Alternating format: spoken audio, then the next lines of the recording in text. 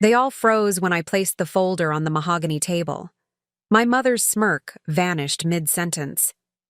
"The black sheep has arrived," she had just announced to the entire family, unaware that this sheep had been quietly building an empire. The sound of 20 forks dropping at once was almost musical. Before we jump back in, tell us where you're tuning in from, and if this story touches you, make sure you're subscribed, because tomorrow, I've saved something extra special for you. I hadn't stepped foot in my childhood home for 7 years. 7 years of silence, of rebuilding, of transforming myself from the person they thought I was into the person I knew I could be. As I pulled into the circular driveway, the memory of the last time I left this place washed over me, tears streaming down my face, my mother's final words ringing in my ears. "You'll amount to nothing without this family."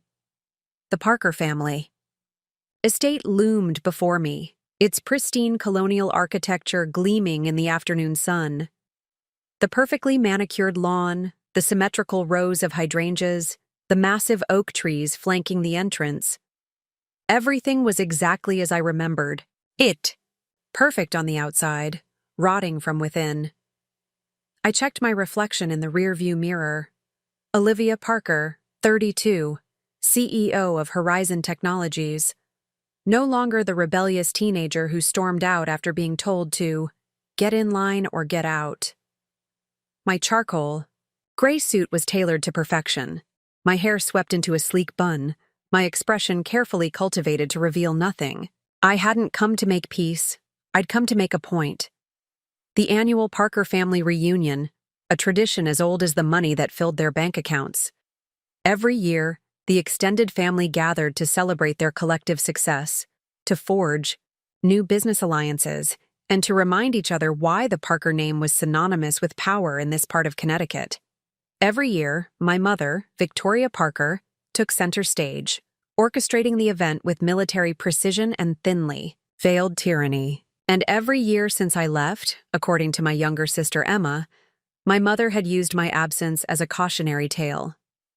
"Let me tell you about Olivia Parker," she'd say over cocktails, her voice dripping with theatrical disappointment. The black sheep who thought she knew better than generations of Parker wisdom. I stepped out of my car, ignoring the curious stares from the valet attendants who clearly didn't recognize me. The invitation had arrived 3 weeks ago, the first in 7 years. A cream-colored envelope with the Parker family crest, addressed in my mother's unmistakable handwriting. Inside, a single line beneath the formal invitation. "It's time to come home, Olivia." I almost threw it away. Almost. But something stopped me. Perhaps it was the memory of my father's face the day I left, torn between loyalty to his wife and love for his daughter. Perhaps it was the knowledge that my grandmother, the only person who ever truly believed in me, was turning 90 this year. Or perhaps it was simply that I was finally ready to show them exactly who Olivia Parker had become. The massive front door opened before I could knock. Stevens, our family butler since before I was born, stood there, his usually impassive face betraying a flicker of surprise. "Miss Olivia," he said, bowing slightly. "Welcome home." Home. The word felt foreign, incorrect. This house hadn't been my home since the day my mother found my college application to MIT instead of the legacy admission to Princeton she'd arranged. "Thank you, Stevens," I replied, stepping into the grand foyer. The familiar scent of lemon, polish, and old money enveloped me. "Is everyone here?" "In the main dining room," he confirmed. "Lunch is about to be served." Perfect timing. Mother always said entrances were everything. I could hear the din of conversation as I approached the dining room, the familiar cadence of Parker family discussion, assertive, competitive, each voice struggling to dominate. I paused at the doorway, taking in the scene before me. 25 people seated around the enormous mahogany table that had witnessed generations of Parker triumphs and betrayals. My mother at the head, of course, resplendent in a navy blue dress that probably cost more than most people's monthly mortgage. Next to her, my father, grayer now, his once commanding presence diminished somewhat by time and my mother's ever-expanding shadow. My sister Emma, her husband Bradley, their two perfect children, Uncle Richard and his third wife, cousins, second cousins, distinguished family friends, all of them bathed in the warm light streaming through the wall of windows that overlooked the immaculate gardens. All of them part of the world I had rejected, or that had rejected me. I took a deep breath and stepped into the room. The conversation didn't stop all at once. It died in concentric circles from the point where my mother sat. Her eyes found me first, widening slightly before narrowing into the appraising look I knew all too well, the one that cataloged imperfections, weaknesses, ammunition for later. "Olivia," she said, her voice carrying effortlessly across the room. What a surprise. A lie. She had invited me. But of course, in Victoria Parker's world, narrative was more important than truth. "Mother," I replied, keeping my voice even. "You look well." The room had fallen completely silent now.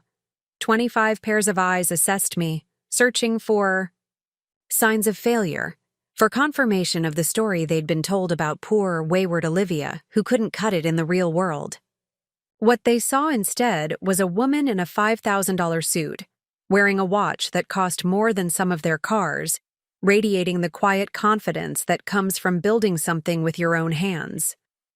"Well," my mother said after a moment, recovering her composure, "I suppose we should set another place." "No need to trouble yourself," I replied. "I can see you're surprised by my arrival despite the invitation. I wouldn't want to disrupt your carefully planned seating arrangement." A flash of irritation crossed her face. The invitation had been a test, a gambit. She hadn't expected me to actually show up. "Nonsense," she said with a practiced smile. "Family is always welcome at this table. Isn't that right, Charles?" She turned to my father, who had risen from his seat, uncertainty written across his features. "Olivia," he said, his voice thick with emotion. "It's good to see you." I allowed my expression to soften slightly. "You too, Dad." Stevens appeared, at my side with a chair, silently placing it at the opposite end of the table from my mother, the only available space. Symbolic, of course. Everything in this house was. "The prodigal daughter returns," Uncle Richard commented as I took my seat, his attempt at humor falling flat in the tense atmosphere. My mother's smile tightened. "Perhaps not prodigal, Richard. Let's not give her more credit than she deserves." She turned to address the table at large. For those who may not be familiar with my eldest daughter's story, Olivia decided 7 years ago that the opportunities presented by the Parker family weren't sufficient for her ambitions. Here it comes, I thought. The narrative she had undoubtedly perfected over years of my absence. She rejected Princeton, a university that has educated Parkers for 4 generations, in favor of MIT. She said the name like it was a community college, not one of the most prestigious technical universities in the world. And when we expressed concern about this decision, she cut ties with the family entirely. Murmurs around the table, disapproving glances. "The black sheep has arrived," my mother concluded with a theatrical sigh, raising her wine glass in a mock toast. That's when I placed the folder on the table. The sound it made was insignificant, just a soft thud against the polished wood. But the effect was immediate. 20 pairs of eyes shifted from my face to the nondescript manila folder in front of me. "What's that?" my mother asked, her tone suggesting both disinterest and wariness. I smiled. Not the practiced Parker smile designed to disarm without revealing. A real smile, the kind that comes from knowing exactly what you're about to do. "My net worth statement," I replied simply. "Since we're catching up on the last 7 years." The silence in the room deepened. My father leaned forward slightly. Emma, my sister, stopped with her fork halfway to her mouth. "Really, Olivia?" my mother said with a dismissive wave. This is hardly the time or place for such crude discussions of money. This, from a woman who had spent my entire childhood comparing our wealth to that of other families, calculating the precise value of every connection, every marriage, every business deal. I disagree, I said calmly. This is the Parker family reunion, and the Parkers, as you've reminded me countless times, are defined by their success. I leaned back in my chair. I'm simply providing an update on mine. My mother's lips pressed into a thin line. If you've managed to find stable employment, that's wonderful. But there's no need to open it, I interrupted, something I had never dared to do in this house. Unless you're not interested in how the black sheep has been spending her time. A challenge. Direct, unavoidable. Every Parker in the room recognized it for what it was. And no Parker could ever back down from a challenge, my mother least of all. With deliberate slowness, she nodded to Stevens, who moved to collect the folder and bring it to her. The room remained eerily silent as she opened it, her expression carefully controlled. I watched her eyes scan the first page, watched as they widened, then narrowed, watched as she flipped to the second page, then the third, watched as the color drained slowly from her face. This is, she began, then stopped. Accurate, I finished for her, down to the last decimal place. My father leaned over to look at the papers, his expression shifting from curiosity to shock. Olivia, he said quietly, is this real? Every digit, I confirmed. Horizon. Technologies. Perhaps you've heard of it? We went public last year. Of course they had heard of it. Horizon had been on the cover of Forbes twice in the past year. Our innovative work in sustainable energy storage had revolutionized the industry, attracting investors from around the world.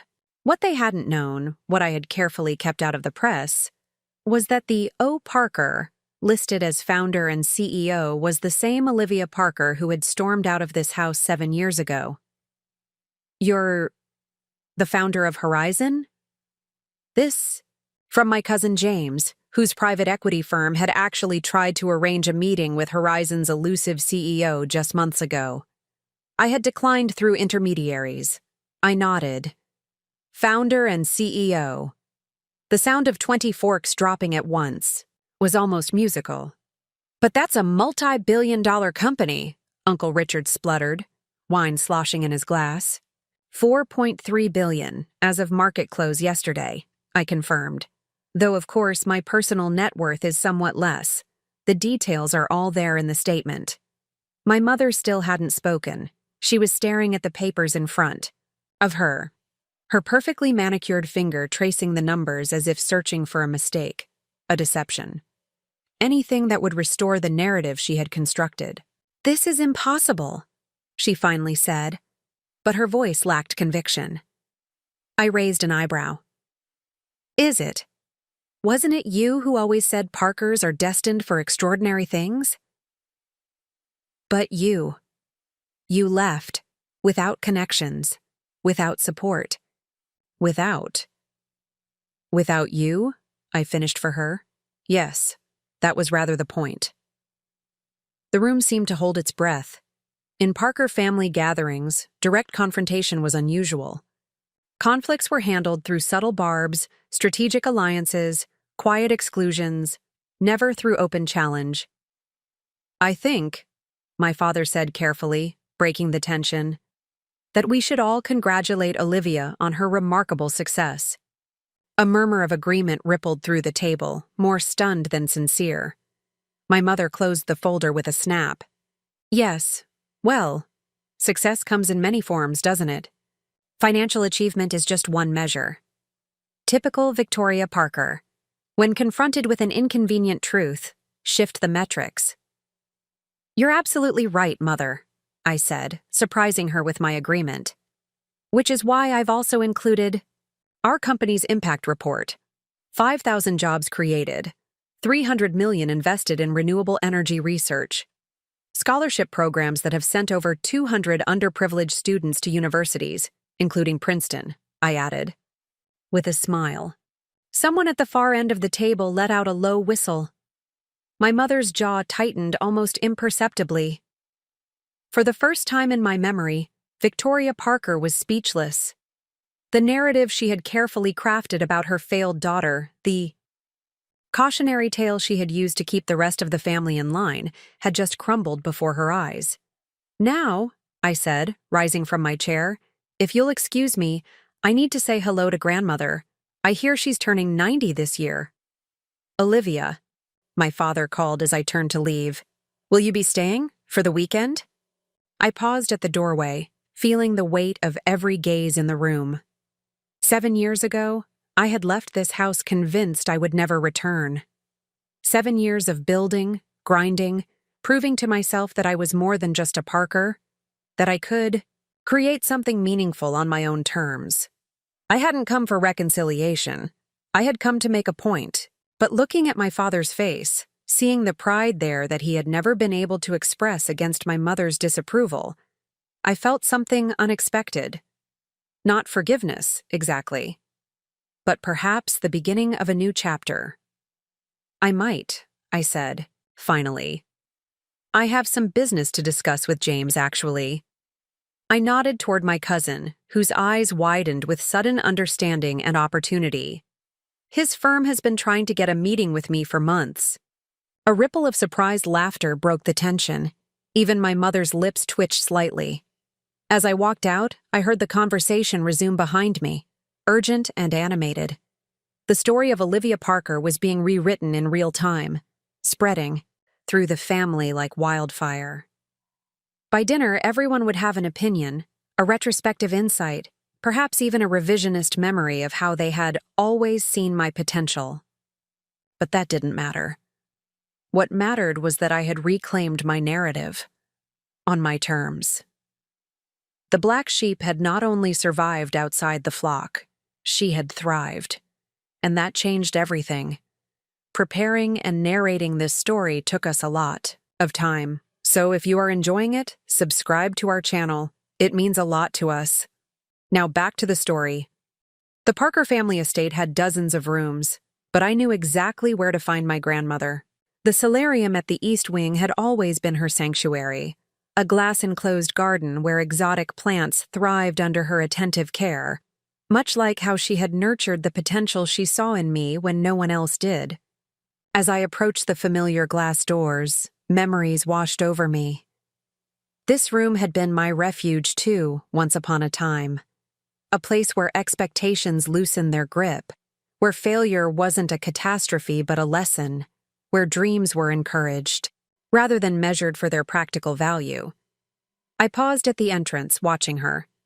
Eleanor Parker, matriarch of the family, sat in her favorite wicker chair surrounded by blooming orchids and trailing vines. At almost 90, she remained regal, her silver hair swept into an elegant chignon, her posture perfect, her hands steady as she carefully pruned a delicate plant.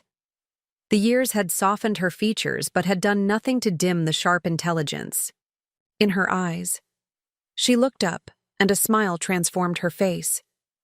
"I was wondering when you'd find your way here," she said, setting aside her gardening tools. I heard there was quite a commotion in the dining room. Of course she had. In the Parker household, news, especially scandalous news, traveled at the speed of light. "Hello, Gran," I said, crossing the room to kiss her cheek. The familiar scent of gardenia perfume enveloped me, instantly transporting me back to childhood moments of comfort and wisdom. 7 years, she remarked, patting the chair beside her. "Too long, Olivia." "I know." I sat down, suddenly feeling like the uncertain 25-year-old who had left rather than the accomplished CEO who had returned. But it was necessary. Was it? She studied my face with eyes that missed nothing. Or was it easier?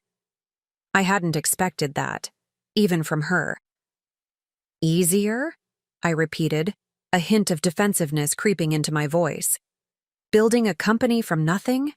working 18-hour days for years, living in a studio apartment the size of mother's closet while reinvesting every penny into the business?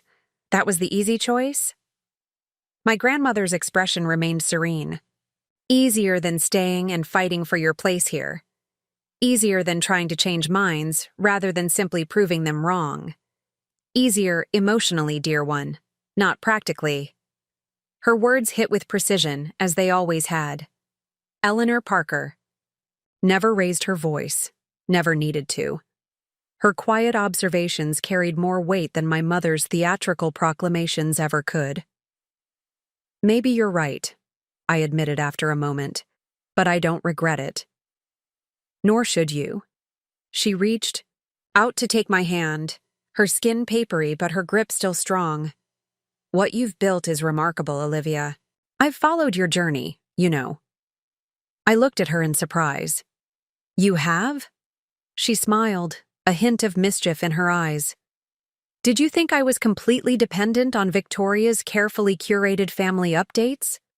I may be old, but I know how to use the internet, and I have friends in interesting places. She paused. I've owned stock in Horizon Technologies since your first public offering.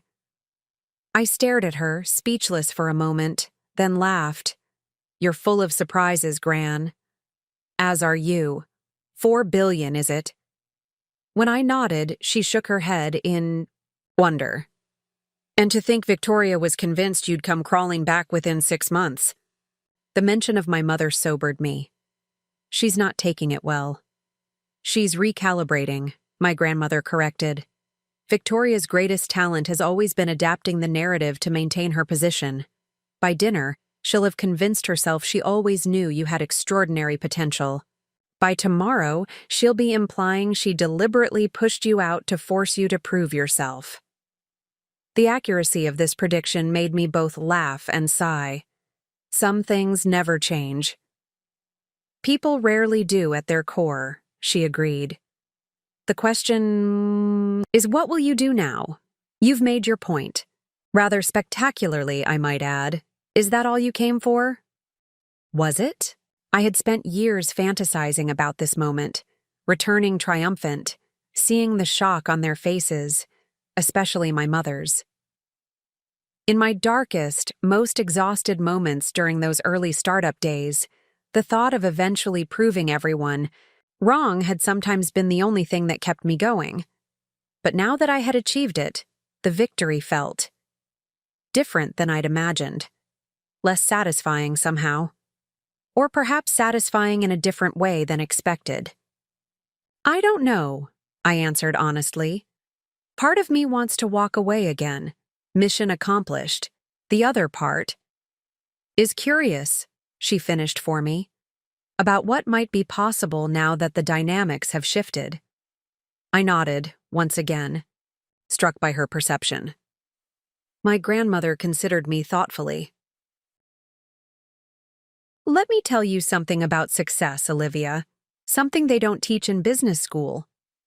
She gestured around the solarium. Look at these plants. Some of them have been in my care for decades.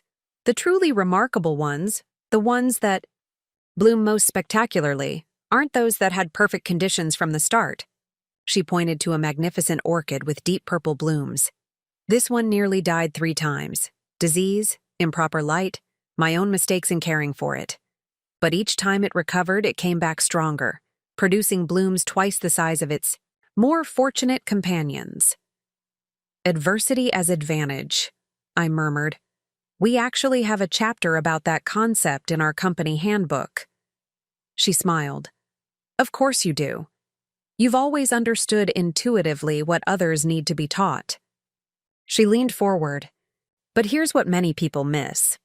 Once you've become strong through adversity, the real test isn't how you use that strength to protect yourself from future harm.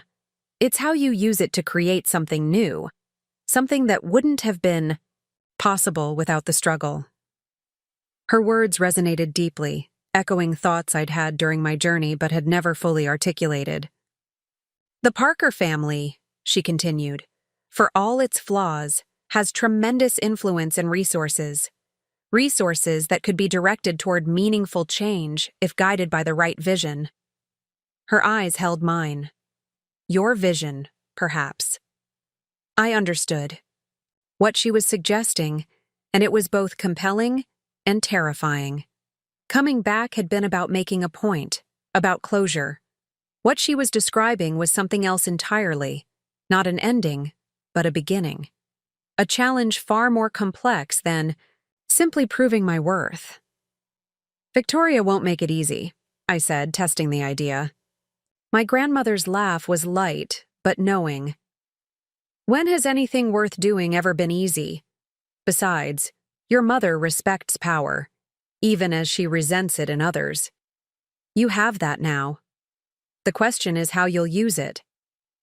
Before I could respond, a soft knock at the door interrupted us. Stevens appeared, his expression as composed as ever. Pardon the interruption, Mrs. Parker, Miss Olivia. Lunch is concluding, and Mr. Parker has asked if you would join him in his study. My father. The quiet enigma in my family story. Never Victoria's equal in ambition or ruthlessness, but not without his own kind of strength. He had been caught, between his wife's disapproval and his daughter's rebellion, and in the critical moment, he had chosen peace over principle. I had never fully forgiven him for that. My grandmother caught my hesitation. Go, she said softly. Listen to what he has to say. You might be surprised. I nodded, rising from my chair. Thank you, Gran, for everything. I've done nothing but see what was always there, she replied. The rest you've accomplished entirely on your own. With a final squeeze of her hand, I followed Stevens through the familiar corridors of the house, mentally preparing myself for whatever awaited me in my father's study. The Parker ancestral home was a monument to old money and careful curation. Each piece of artwork, each antique, each architectural detail had been selected not just for beauty, but for the story it told about who the Parkers were, or who they wanted to be seen as: tradition, stability, unyielding strength. Growing up, I had absorbed these values without questioning them. Success meant following the prescribed path. Innovation was acceptable only within narrow parameters. Risk was something to be carefully calculated, never embraced. How strange to walk these halls now, seeing clearly what I had once accepted as immutable truth. The Parker way wasn't the only way. It wasn't even, necessarily, the best way. Stevens stopped at the heavy oak door of my father's study, knocking discreetly before announcing me. Miss Olivia, sir. Thank you, Stevens. Please come in, Olivia. My father's voice sounded different somehow, less certain than I remembered. I entered the room, taking in the familiar surroundings. Like everything in this house, Charles Parker's study was designed to impress. Floor-to-ceiling bookshelves filled with leather-bound volumes. A massive desk of polished mahogany. Paintings of stern-faced Parker ancestors watching from the walls. My father stood by the window, silhouetted against the afternoon light. He had aged more than I expected in 7 years. His shoulders, once broad and imposing, seemed slightly stooped. His hair, once dark with distinguished touches of silver at the temples, was now fully gray. He turned to face me, and I was struck by the emotion in his eyes. Not anger or disappointment, but something that looked almost like regret. You look well, Olivia, he said after a moment. Success suits you. Thank you, I replied, remaining near the door, uncertain of how to navigate this interaction. He gestured to the pair of leather chairs positioned near the fireplace. Please, sit. Would you like a drink? I was about to have one myself. A little early, isn't it?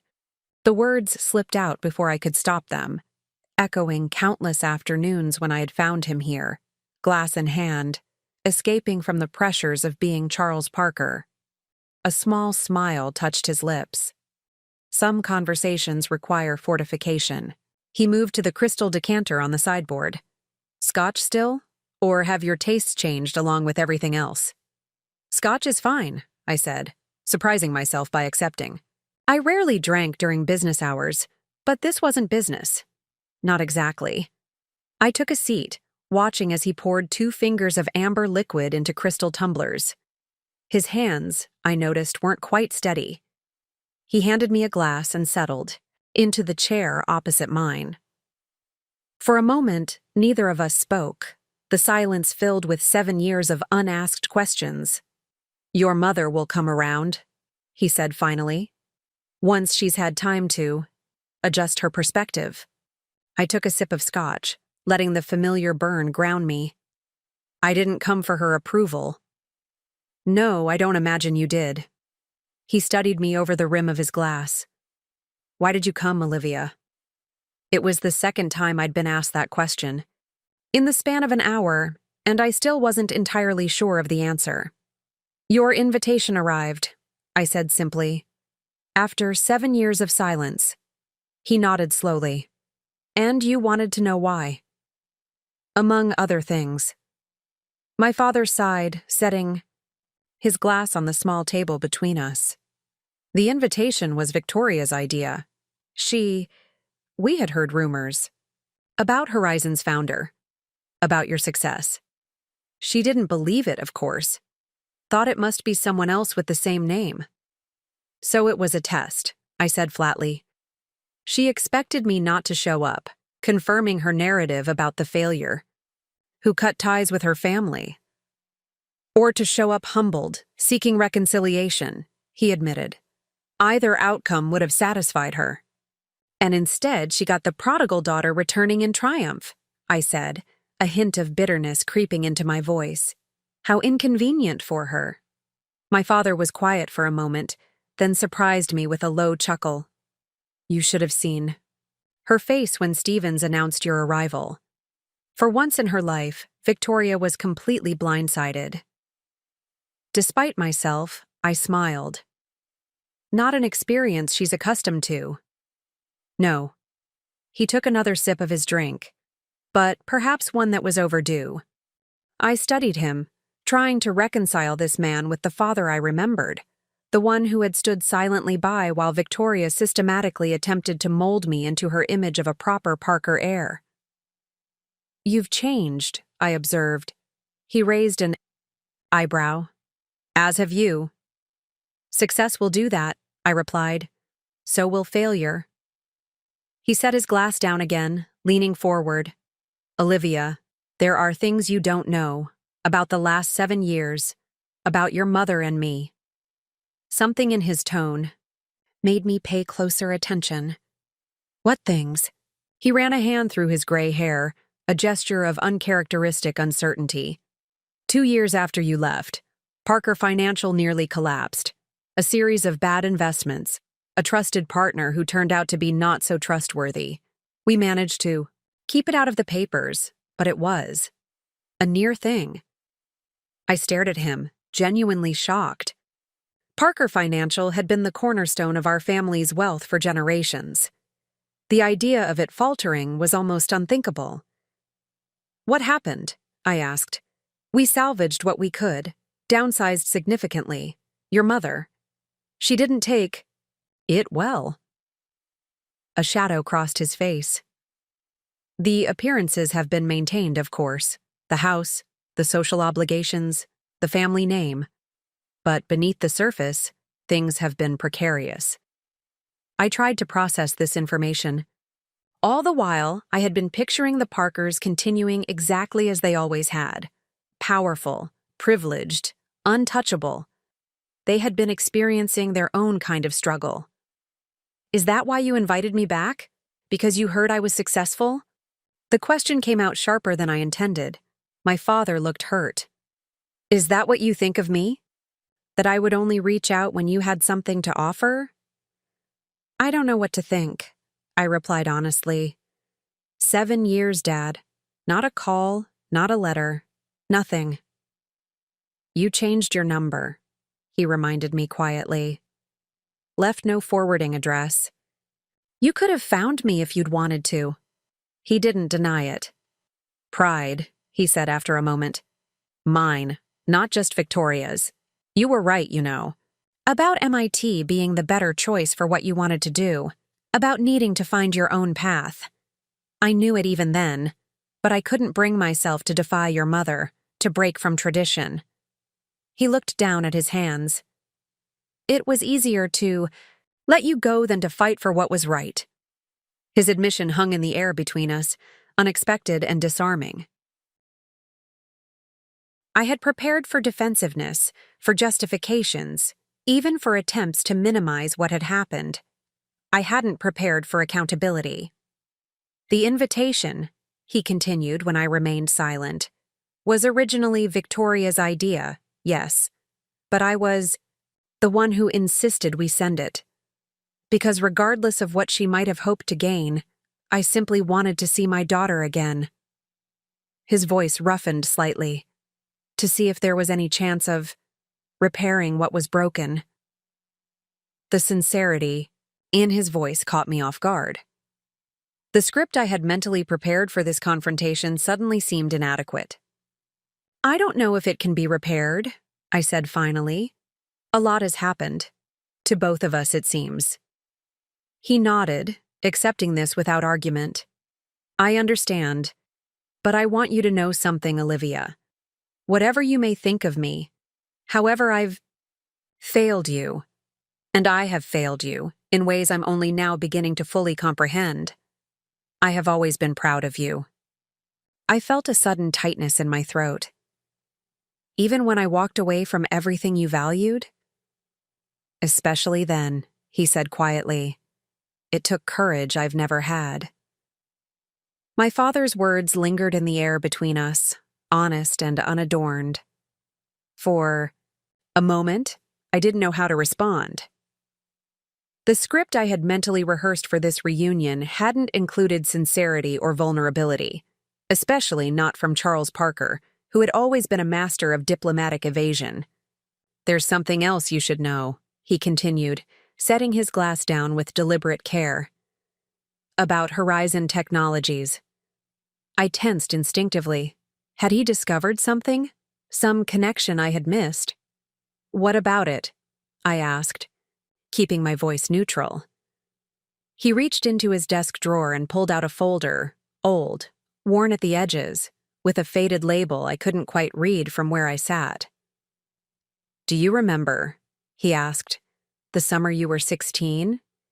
You came to me with an idea for a more efficient solar battery design. The memory surfaced immediately. I had spent months developing the concept, filling notebooks with diagrams and calculations, convinced I had found a breakthrough approach. When I finally gathered the courage to show my father, he had listened politely, asked a few questions, then suggested I focus on more practical pursuits. You dismissed it, I said, the old disappointment rising unexpectedly. Said it was too theoretical to have real-world applications. He nodded, a flicker of regret crossing his face. That's what I said. But afterward, I had one of our engineers at Parker Financial review your work. He opened the folder, revealing yellowed pages filled with my teenage handwriting and crude technical sketches. He thought it showed remarkable insight, especially for someone your age. I stared at the folder, memories flooding back. Those early designs had eventually evolved into the core technology that launched Horizon, though it had taken years of refinement and development. I don't understand, I said slowly. If your engineer thought it had merit, why tell me otherwise? My father's expression turned pained. Because Victoria had already planned your entire future. Princeton, Harvard, business school, eventually taking over the family financial firm. He hesitated. She saw your interest in engineering as a distraction, a phase that needed to be discouraged. And you agreed with her, I said flatly. No. His response was unexpectedly firm. I didn't, but I didn't disagree strongly enough to matter. He pushed the folder toward me. I kept this, though, and I've followed the development of Horizon's energy storage technology with particular interest. The core principles are remarkably similar to what you sketched out all those years ago. I picked up the folder, thumbing through the pages with a strange mixture of emotions. Seeing my earliest work, naive but ambitious, flawed but innovative, brought back the pure enthusiasm I had felt before criticism and doubt had taught me to guard my ideas more carefully. "You built it," my father said quietly. "The future you imagined when everyone else was focused on the past. That's extraordinary, Olivia." The genuine admiration in his voice caught me off guard. For years, I had carried the weight of my family's dismissal, using it as fuel for my determination to succeed on my own terms. I had never considered that any of them, least of all my father, might actually understand or value what I had created. "Why are you showing me this now?" I asked. He leaned back in his chair, suddenly looking tired. "Because I want you to know that despite appearances, despite my failures as a father, I always saw you. The real you, not the daughter Victoria." Tried to shape. He met my gaze directly. "And because I think it's time for honesty between us. No more Parker pretense." Something shifted in that moment, a door opening to a possibility I hadn't allowed myself to consider. That perhaps my exit from the family hadn't been as black and white as I had painted it in my memory. That beneath the surface drama and the carefully maintained appearances, there were currents of understanding and even support I had been too hurt to recognize. "Parker Financial," I said after a moment. "How bad is it, really?" He seemed to debate how much to reveal, then sighed. "We're stable now, but diminished. The company's value is about 40% of what it was when you left. We've sold off 3 subsidiaries and liquidated most of our real estate holdings." He gave a rueful smile. "Victoria insisted on keeping the house, of course. Appearances. And the family knows?" "Some suspect. Your grandmother knows everything. Nothing escapes Eleanor. But Victoria has gone to extraordinary lengths to maintain the facade." I nodded, understanding completely. In the Parker universe, the appearance of success was almost more important than success itself. My mother would rather live in a museum of former glory than acknowledge diminished circumstances. "What about Emma? How has she handled it?" At the mention of my sister, my father's expression softened. "She's stronger than anyone gives her credit for. When things were at their worst, she stepped up, took on responsibilities she never asked." "For?" He hesitated. "She's not Victoria's daughter in the way everyone assumes." This surprised me. Emma had always seemed the perfect Parker heir, following all the prescribed steps, never questioning the path laid out for her. Princeton. Undergraduate, MBA from Wharton. Marriage to Bradley Whitman from a suitable family. 2 children right on schedule. The golden child to my black sheep. "She's been asking about you," my father added. "More often, recently." "Has she?" This was unexpected. Emma and I had never been close, separated by 5 years, and fundamentally different approaches to family expectations. I had always assumed she viewed my departure as a betrayal, or worse, a validation of her own choices to conform.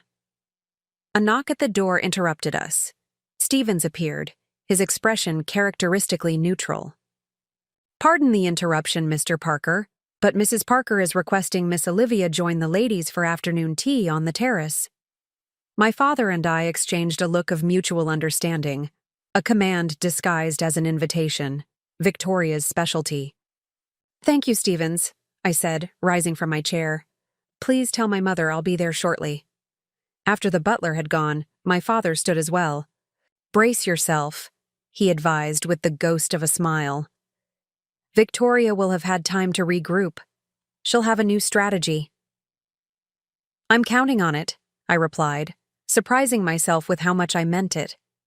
The initial confrontation had been satisfying, but too easy in some ways. My mother at her most calculating would be a more worthy opponent, and perhaps a more interesting one. As I turned to leave, my father called after me. "Olivia." I paused at the door. whatever happens with Victoria. Know that I'm glad you came back. The simple sincerity in his voice touched something I had kept carefully guarded. I'm not sure I'm back, I said honestly, but I'm glad I came. I made my way through the house toward the terrace, using the time to mentally prepare for whatever awaited me. The old Olivia might have approached this meeting with anxiety or defensive anger, but I wasn't that person anymore. 7 years of building something from nothing, of making high-stakes decisions daily, of leading a company through challenges and triumphs had given me a different kind of confidence. I wasn't running from my mother's judgment anymore.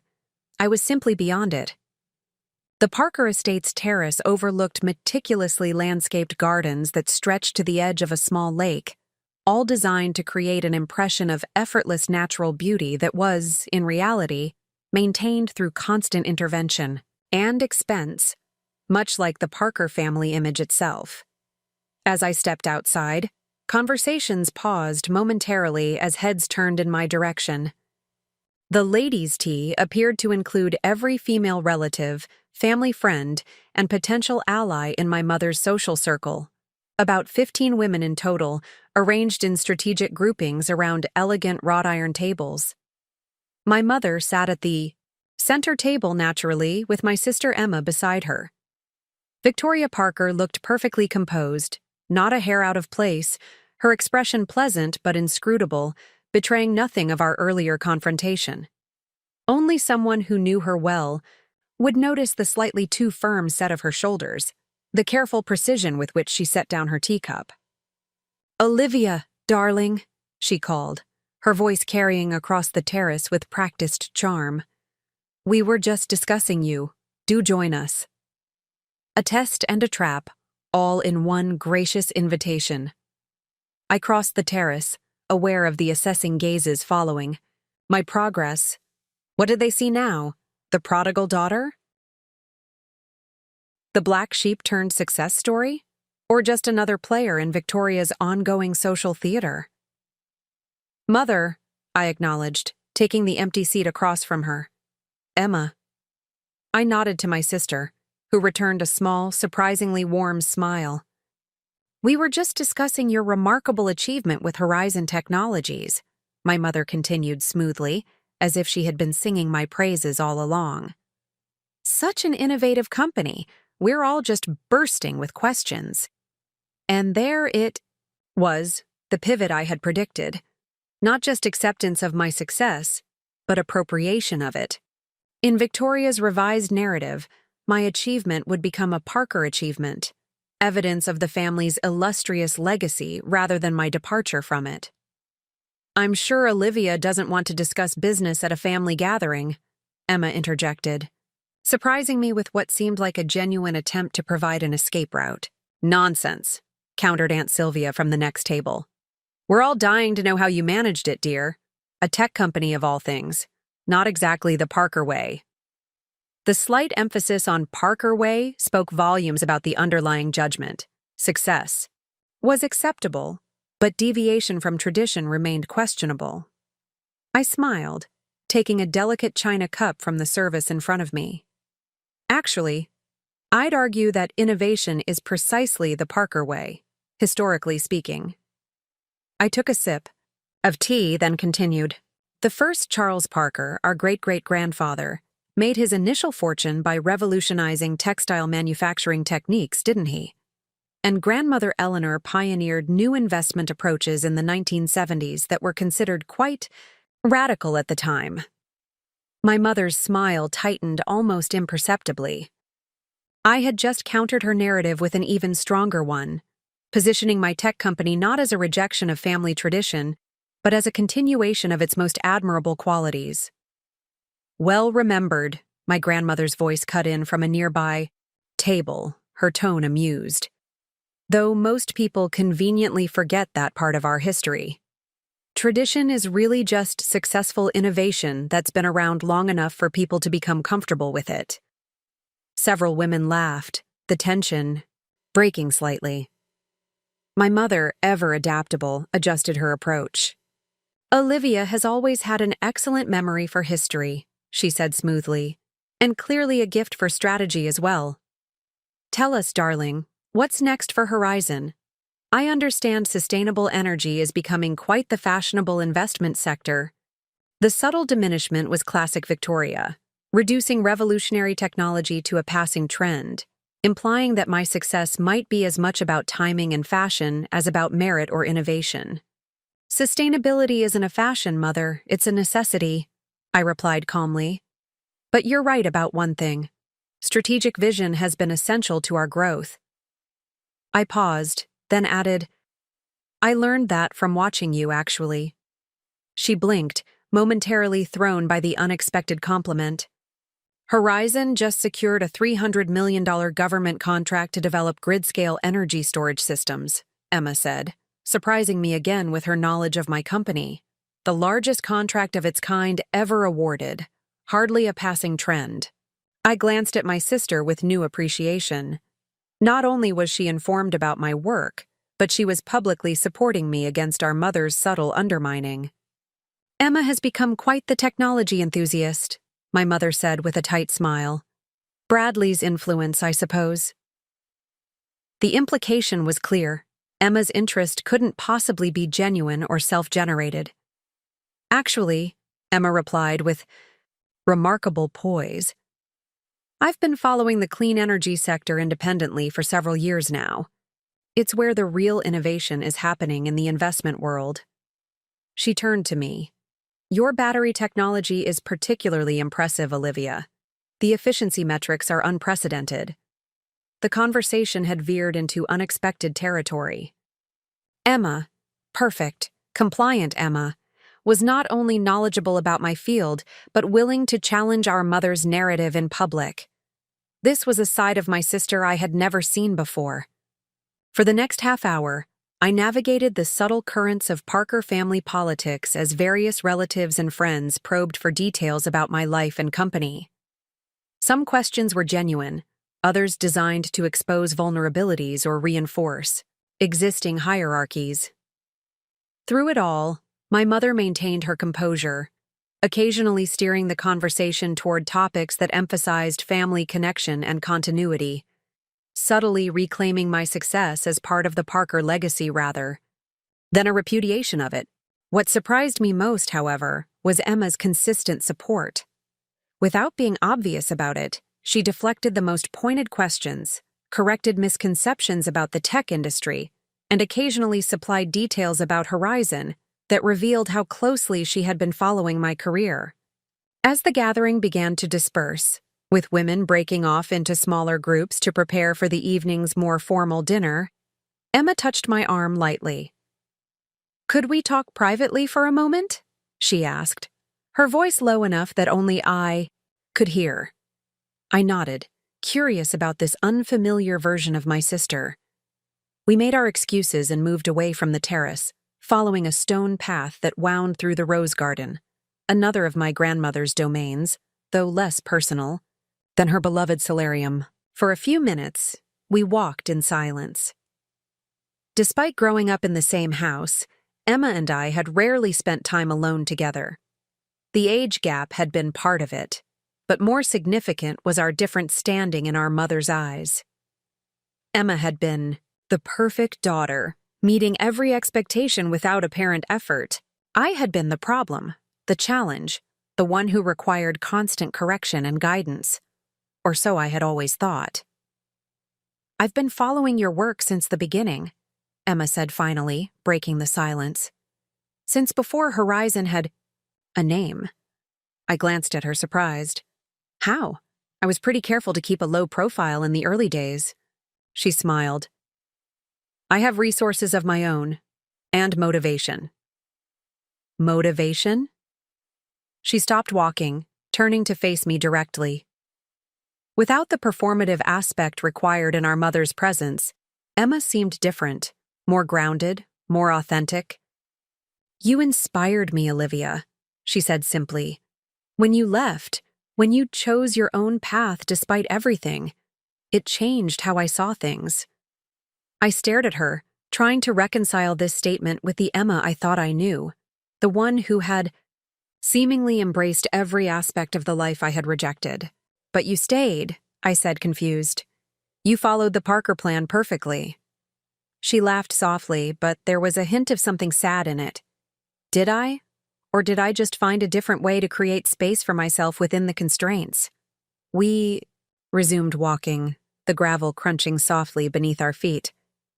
After you left, things changed, she continued. Mother became more controlling, if you can imagine that. More determined that everything should be perfect, that the Parker image should remain untarnished. She plucked a rose petal absently. I realized I couldn't fight her directly the way you did. I didn't have your courage or your clarity. So what did you do? I asked, genuinely curious now. I played the game, she replied. I gave her the appearance she wanted. Princeton, business school, the right husband from the right family. She gave me a sideways glance. But beneath that, I've been building something of my own. What kind of something?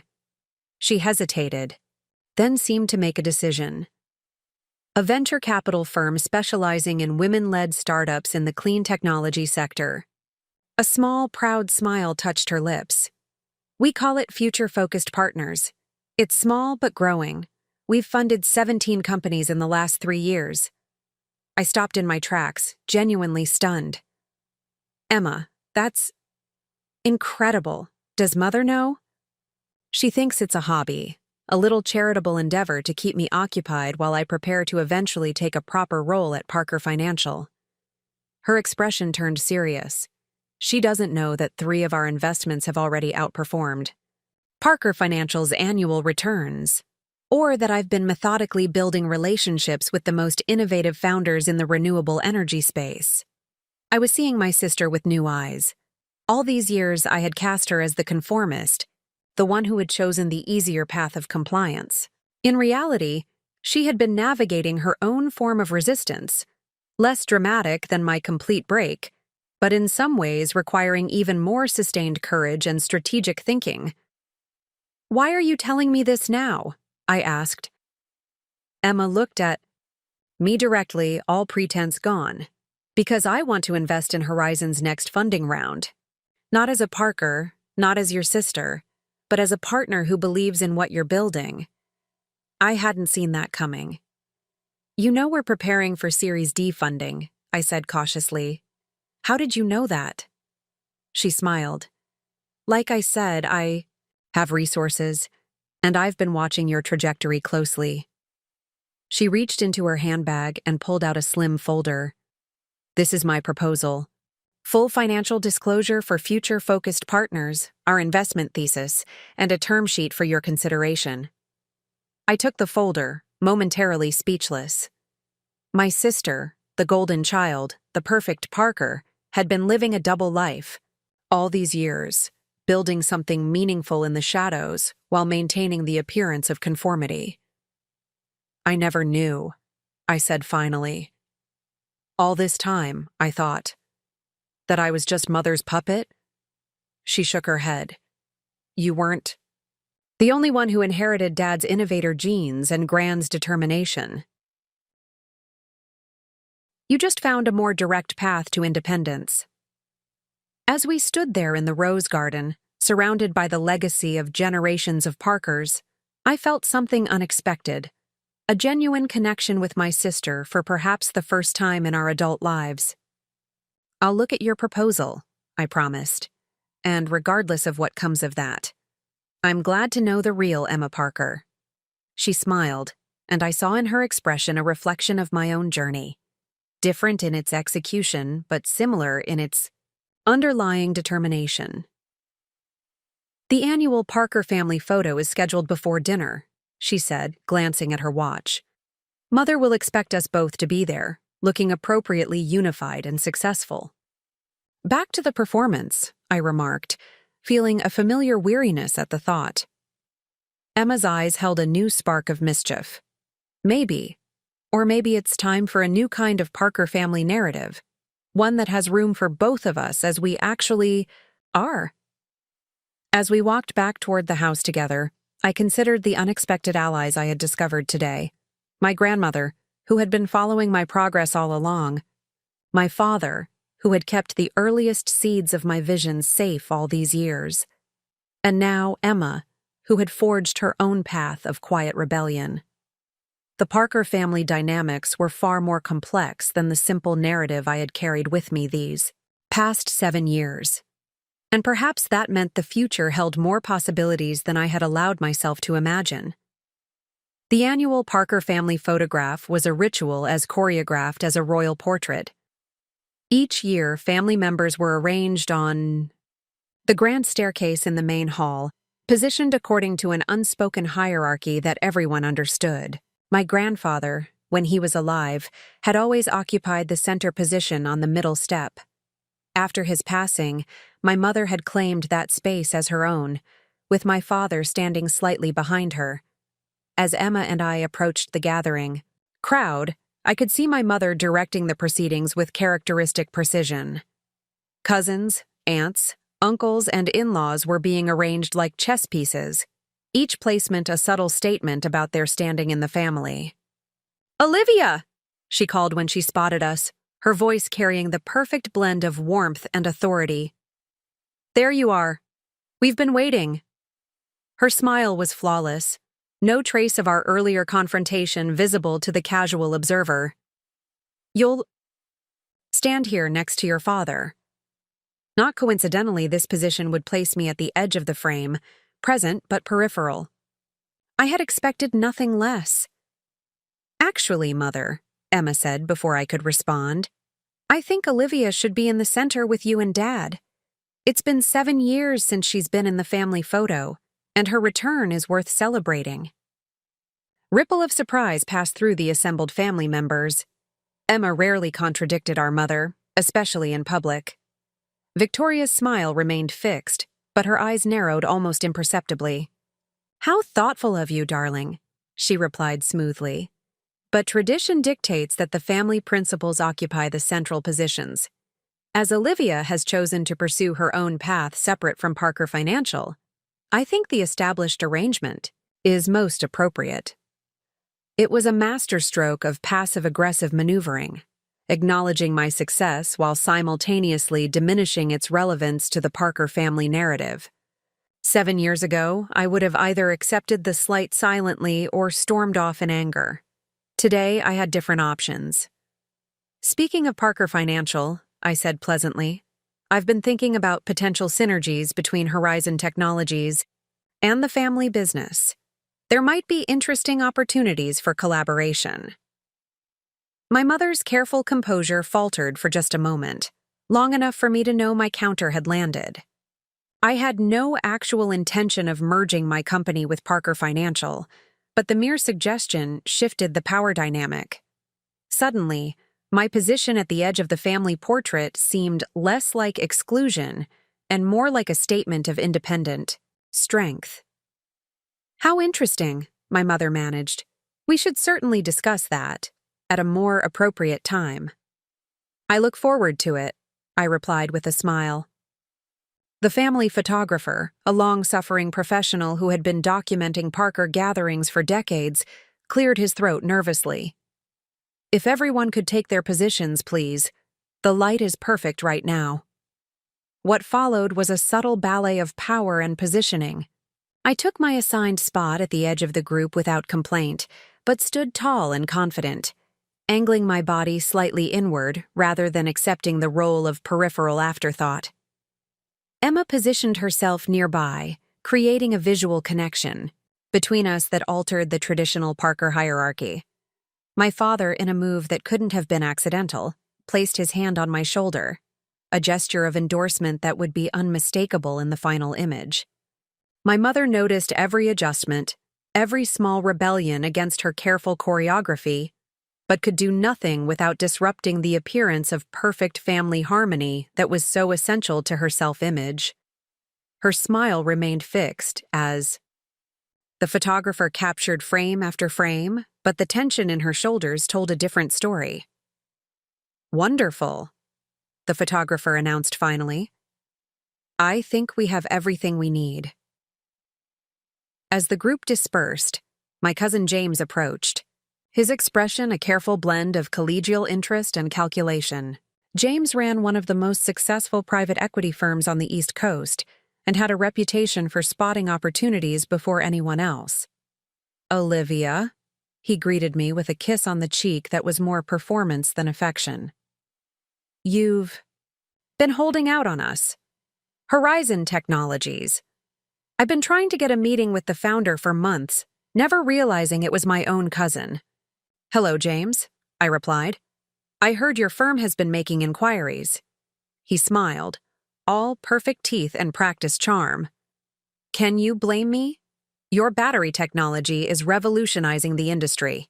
The applications are endless. He lowered his voice conspiratorially. We should talk privately. I have some ideas about scaling your operation that could be very lucrative for both of us. Before I could respond, Emma appeared at my side as if by magic. James, she said warmly, I see you've reconnected with Olivia. How wonderful. She linked her arm through mine in a gesture of casual solidarity. Unfortunately, we've promised to help grandmother with something before dinner. Perhaps you two could catch up tomorrow? James looked momentarily disappointed, but recovered quickly. Of course. Family first. Always. He gave me a significant look. But don't leave without us having that conversation, Olivia. It could be transformative. As he walked away, I turned to Emma with raised eyebrows. Transformative? She rolled her eyes. James has been trying to get a piece of the clean energy sector for the past year. He's always 6 months behind. The truly innovative opportunities, but convinced he's ahead of the curve. She gave me a knowing smile. He has no idea I've already established a relationship with 3 of your competitors. I laughed, genuinely delighted by this new, shrewd version of my sister. You're full of surprises, Emma Parker. I had a good teacher, she replied, and I knew she wasn't referring to our mother. Did we really promise to help grandmother with something, or was that an elegant extraction strategy? Both, she said, steering me toward the east wing. Gran asked to see us before dinner. She was quite specific about wanting to speak with both of us together. The solarium was bathed in golden late-afternoon light when we arrived, the glass walls creating a luminous quality that always made the space feel somewhat magical. My grandmother was seated in her favorite chair, but she wasn't alone. My father stood nearby, his expression serious but strangely resolved, as if a decision had been made. Ah, my girls, grandmother said as we entered. Right on time, close. The door. Would you, Emma? The formality of the request made me wonder what was coming. Family meetings convened by Eleanor Parker were rare and always significant. I won't waste time with pleasantries, my grandmother began once we were seated. At my age, time becomes an increasingly precious commodity. She fixed me with her penetrating gaze. Olivia, your return has precipitated something I've been considering for some time. A restructuring, you might call it. I glanced at my father, whose face revealed nothing. Emma beside me seemed equally in the dark. What kind of restructuring? I asked cautiously. My grandmother reached for a leather portfolio on the table beside her. Parker Financial is at a crossroads, she said bluntly. The strategies that served us well for decades are no longer sufficient in today's market. Your father has done his best to adapt, but... She gave him an apologetic look.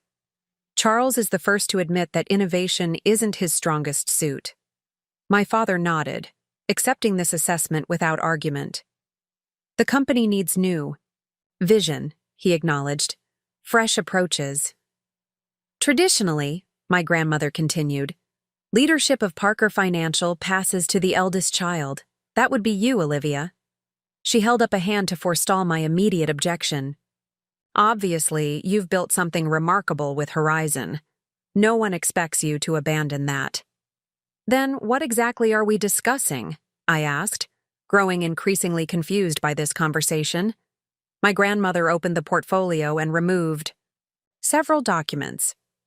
I'm proposing a new structure for the Parker family holdings, one that acknowledges the changing landscape and leverages the distinct talents within our family. She handed each of us a document, a detailed organizational chart outlining a complete reorganization of the Parker assets and businesses. Parker Global Holdings, I read from the top of the chart. A parent company with 4 distinct divisions. I looked up in surprise, one of which is Horizon Technologies. My grandmother nodded. The proposal is this. We create a formal family holding company that unifies our various enterprises while allowing each to maintain its operational independence. Parker Financial would become one division, focused on traditional asset management. Horizon would become another, focused on technological innovation. The real estate portfolio would become the third. And the fourth? Emma asked, studying her copy of the chart. My grandmother smiled.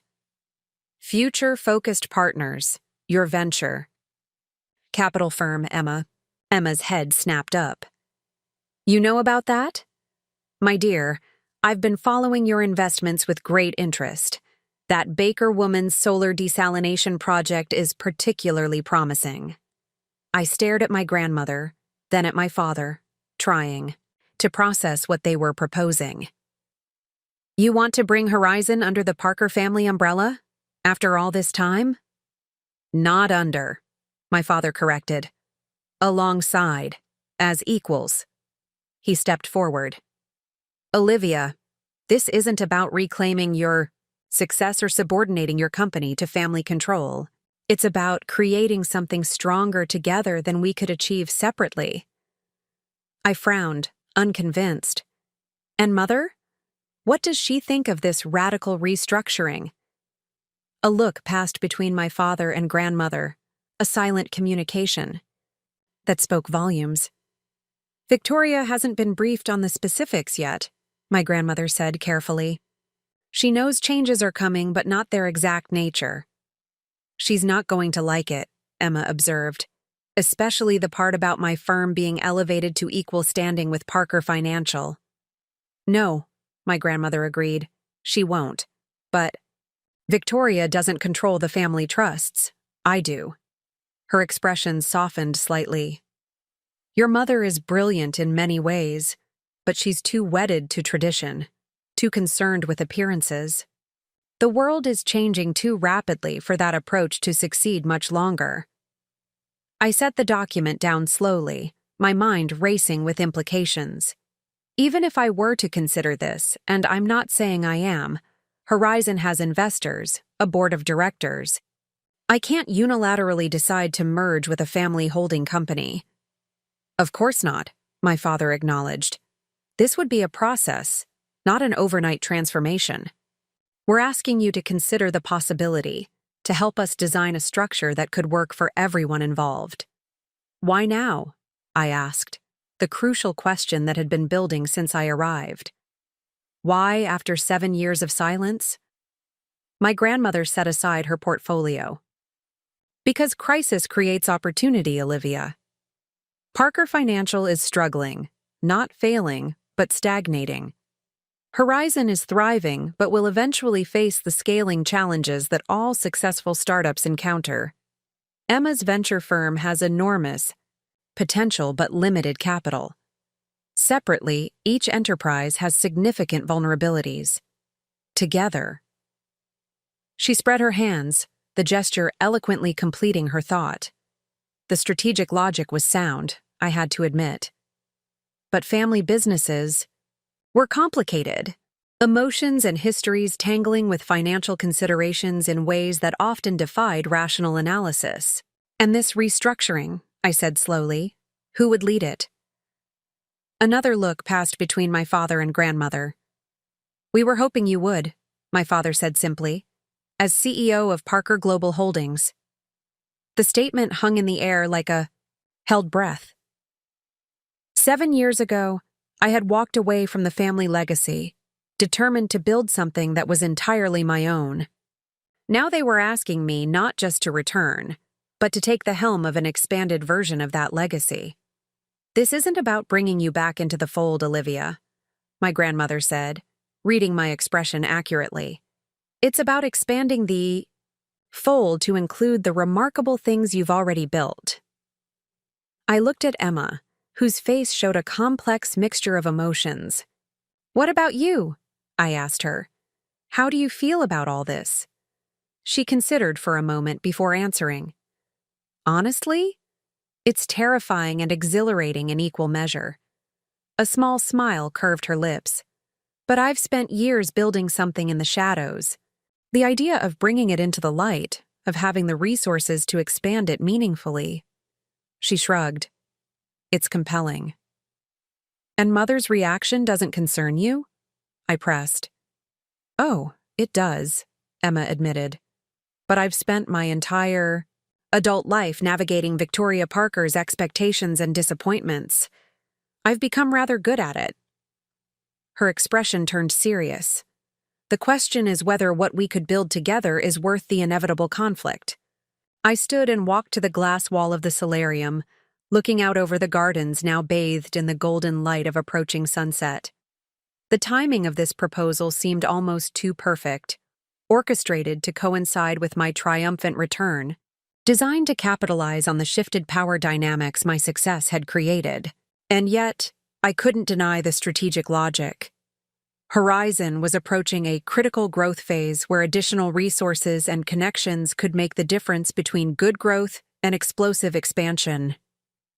The Parker name, despite recent setbacks, still carried weight in financial circles.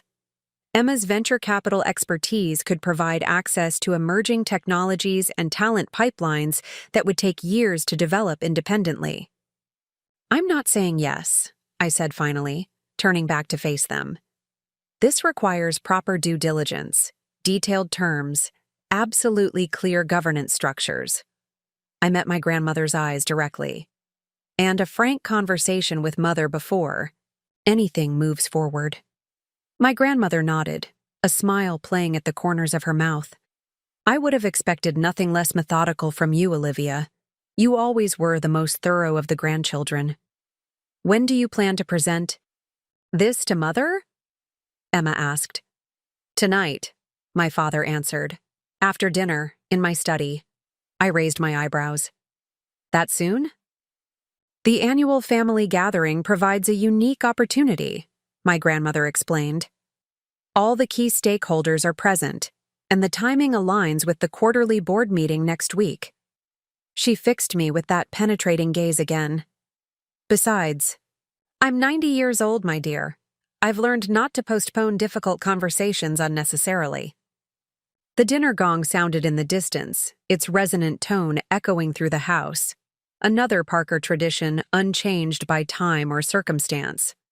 "Shall we?" my father suggested, offering his arm to my grandmother, who rose with the elegant dignity that had always characterized her. As we made our way toward the formal dining room, I felt a strange sense of déjà vu. Walking these familiar corridors with my family, preparing to take my place at the table. But this time, everything was different. I wasn't the rebellious daughter or the black sheep returning in triumph. I was being invited to redefine what the Parker legacy could become. The question was whether I wanted that responsibility and whether the price of admitting my family back into my carefully constructed life was one I was willing to pay. The Parker dining room at full capacity was an impressive sight. 25 people seated around the massive table that had been in the family for generations, gleaming silver and crystal catching the light from the chandelier overhead. The Dao seating arrangement, like everything in Parker gatherings, followed a precise protocol that reflected the family hierarchy. Victoria Parker sat at the head of the table, naturally, with my father at the opposite end. The most valued family members and guests were seated closest to them, with importance diminishing as distance increased. In previous years, I had always been placed somewhere in the middle, important enough as a daughter to merit decent placement, but not valued enough for a premium position. Tonight, however, I found myself seated at my father's right hand, a position of honor that would be noticed by everyone present. Opposite me, at my father's left, sat my grandmother. Emma was placed beside my mother, balancing the symbolic weight at both ends of the table. My mother noticed these deviations from tradition immediately. her eyes narrowing slightly as she took in the new arrangement. But with guests present, she said nothing, maintaining the perfect hostess persona that she had perfected over decades. "A toast," she announced once everyone was seated and wine had been poured. "To family, our greatest strength and legacy." Glasses were raised around the table, the ritualistic words accepted without question. But I caught Emma's eye across the table, a silent acknowledgement passing between us. Family could be strength or prison, legacy or burden, often all at once. Dinner proceeded with the elegant precision that characterized all Parker gatherings. Conversation ebbed and flowed, carefully steered away from anything too controversial or revealing. Business was discussed in broad, optimistic terms. Politics were acknowledged only in the most neutral language. Personal matters were touched on briefly, always with an emphasis on achievement and success rather than challenge or struggle. It was theater, as it had always been. But now I could see the performance for what it was, a carefully maintained facade that had less to do with actual circumstances than with the image the Parkers wished to project to the world and to themselves. What struck me most, watching my relatives interact, was how exhausting it all seemed. Every comment carefully calibrated, every reaction measured, every facial expression controlled. Even the laughter felt rehearsed, erupting at precisely the right moments and never lingering too long or growing too boisterous.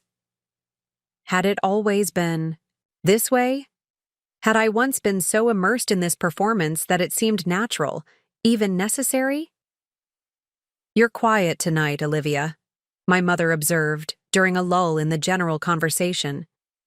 After such a triumphant return, I would have expected you to have more to share with the family. The comment was perfectly pitched to sound like concern while actually serving as a challenge. Classic Victoria Parker technique. "I'm observing," I replied simply. "It's been 7 years. Some things have changed. Others haven't at all." My mother's smile remained fixed, but I could see calculation behind her eyes. Change and constancy. Both have their place, don't they? The Parker name has endured for generations precisely because we know which traditions to preserve and which to, adapt. "An interesting perspective," my grandmother interjected from across the table. "Though I sometimes wonder if we haven't been too conservative in our adaptations. The world moves quickly these days." It was a seemingly innocent comment, but I recognized it as the opening salvo in the confrontation to come after dinner. My mother clearly sensed something as well, her gaze sharpening as she looked from my grandmother to my father and back. "Conservative approaches have served us well," she responded carefully, "particularly in uncertain times." "Caution has its place," my father acknowledged, "but so does bold action when circumstances demand it." The subtext of these exchanges would have been invisible to most of the table's occupants, but to those of us aware of the proposed restructuring, every word carried additional weight. "Speaking of bold action," James said from further down the table, "Olivia, you must tell everyone about Horizon's recent government contract. 300 million, wasn't it? Quite the achievement." All eyes turned to me, including my mother's, hers calculating where others were merely curious. "The contract is significant," I confirmed. "But what matters more is what it enables. We're developing energy storage systems that could fundamentally change how power grids function, making renewable energy more reliable and accessible." "Always the idealist," my mother commented with a small laugh. "But I suppose vision has its place alongside practical business concerns."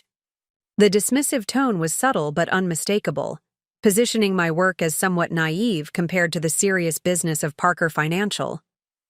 "Vision and practicality aren't mutually exclusive," Emma said, surprising everyone by directly challenging our mother's framing. "In fact, the most successful enterprises combine both. Horizon's market capitalization suggests Olivia has managed that balance quite effectively. A brief, charged silence followed this comment.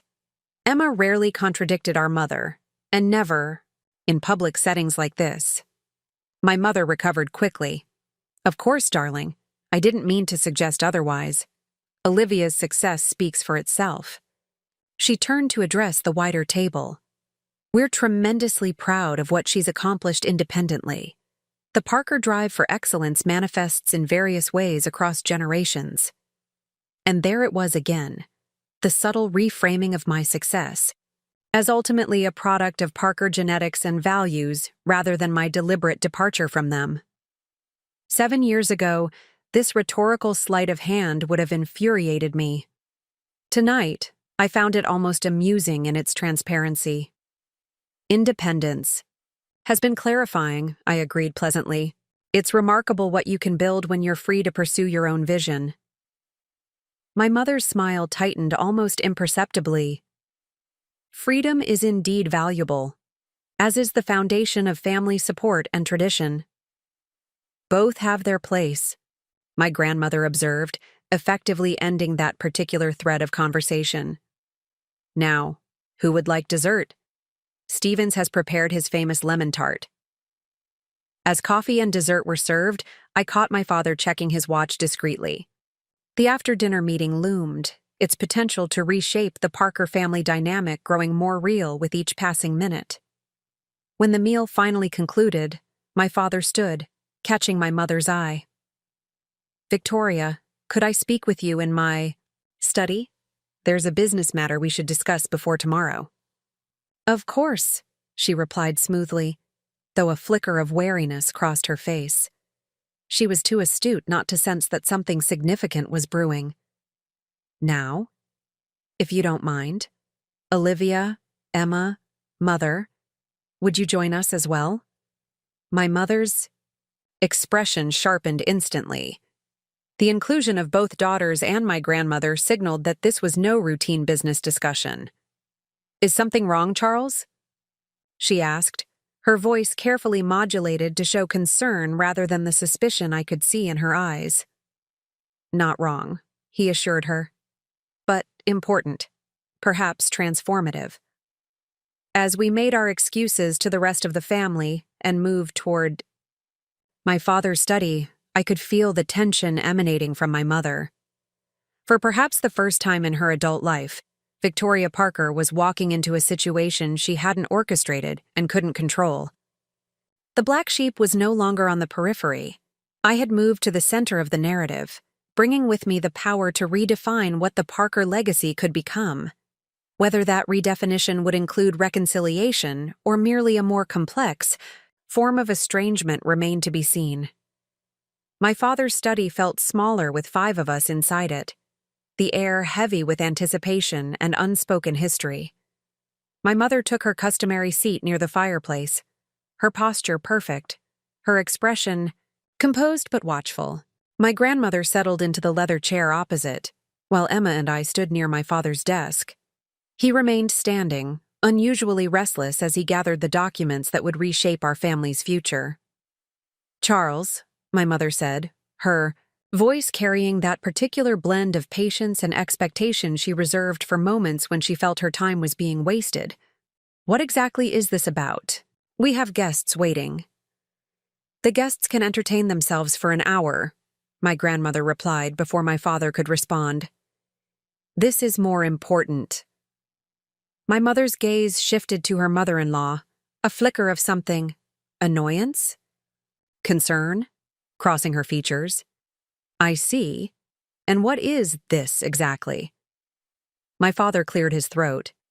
Victoria, we need to discuss the future of Parker Financial and the broader structure of our family holdings.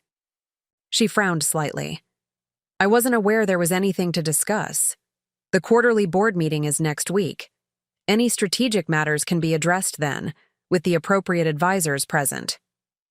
This conversation needs to happen now, my father said with unusual firmness. With family only.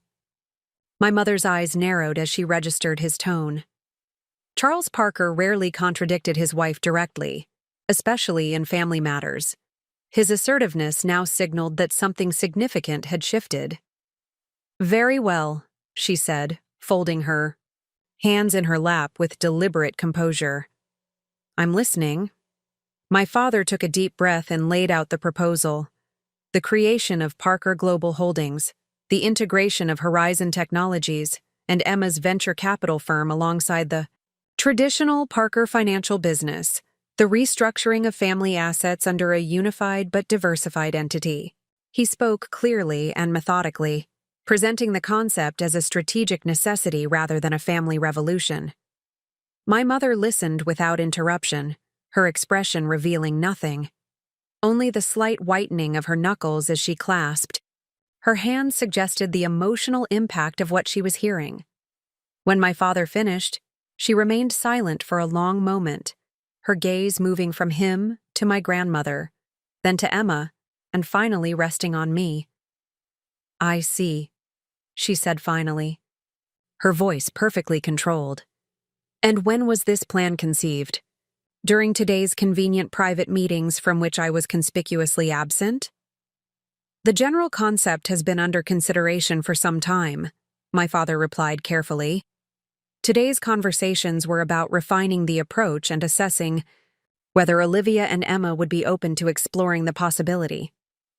"How thoughtful of you to include our daughters in these discussions before consulting with me."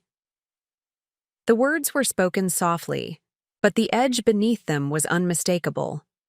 And am I to understand correctly that this restructuring would effectively dilute Parker Financial's position within the family holdings, the company that has sustained the Parker name for 4 generations?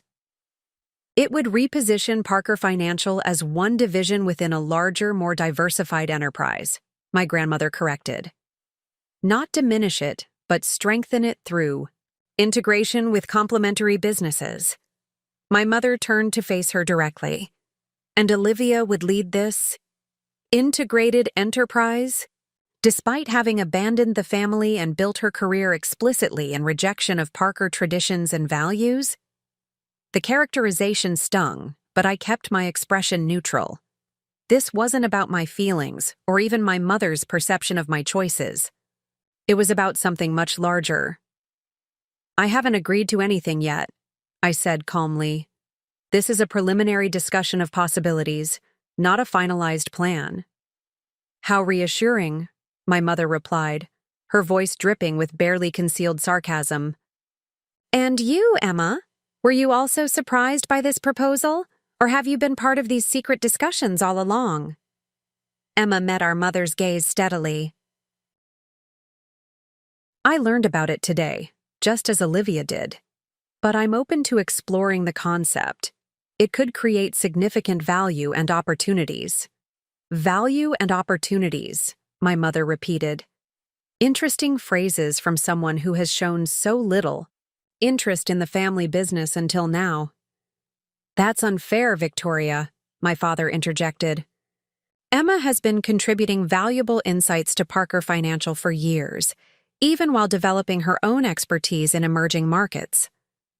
My mother's laugh was short and brittle. "Her own expertise?" I wasn't aware Emma had developed any professional focus outside her responsibilities to the family. "That's because you never asked," Emma said quietly. "You assumed I was simply following the path you laid out, never considering that I might be building something of my own as well."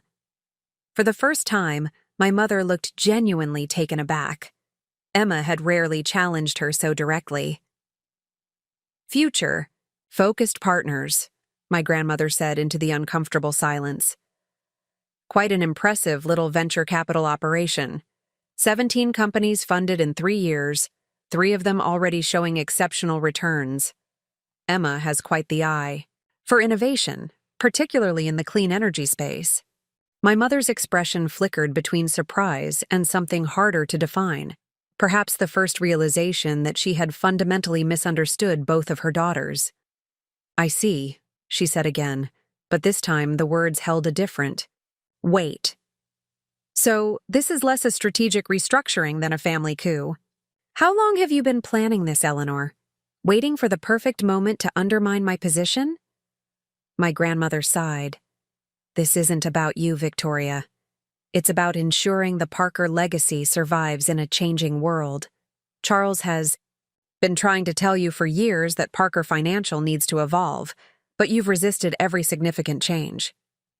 I've protected our traditions and standards, my mother countered. Maintained the reputation and relationships that have sustained this family for generations.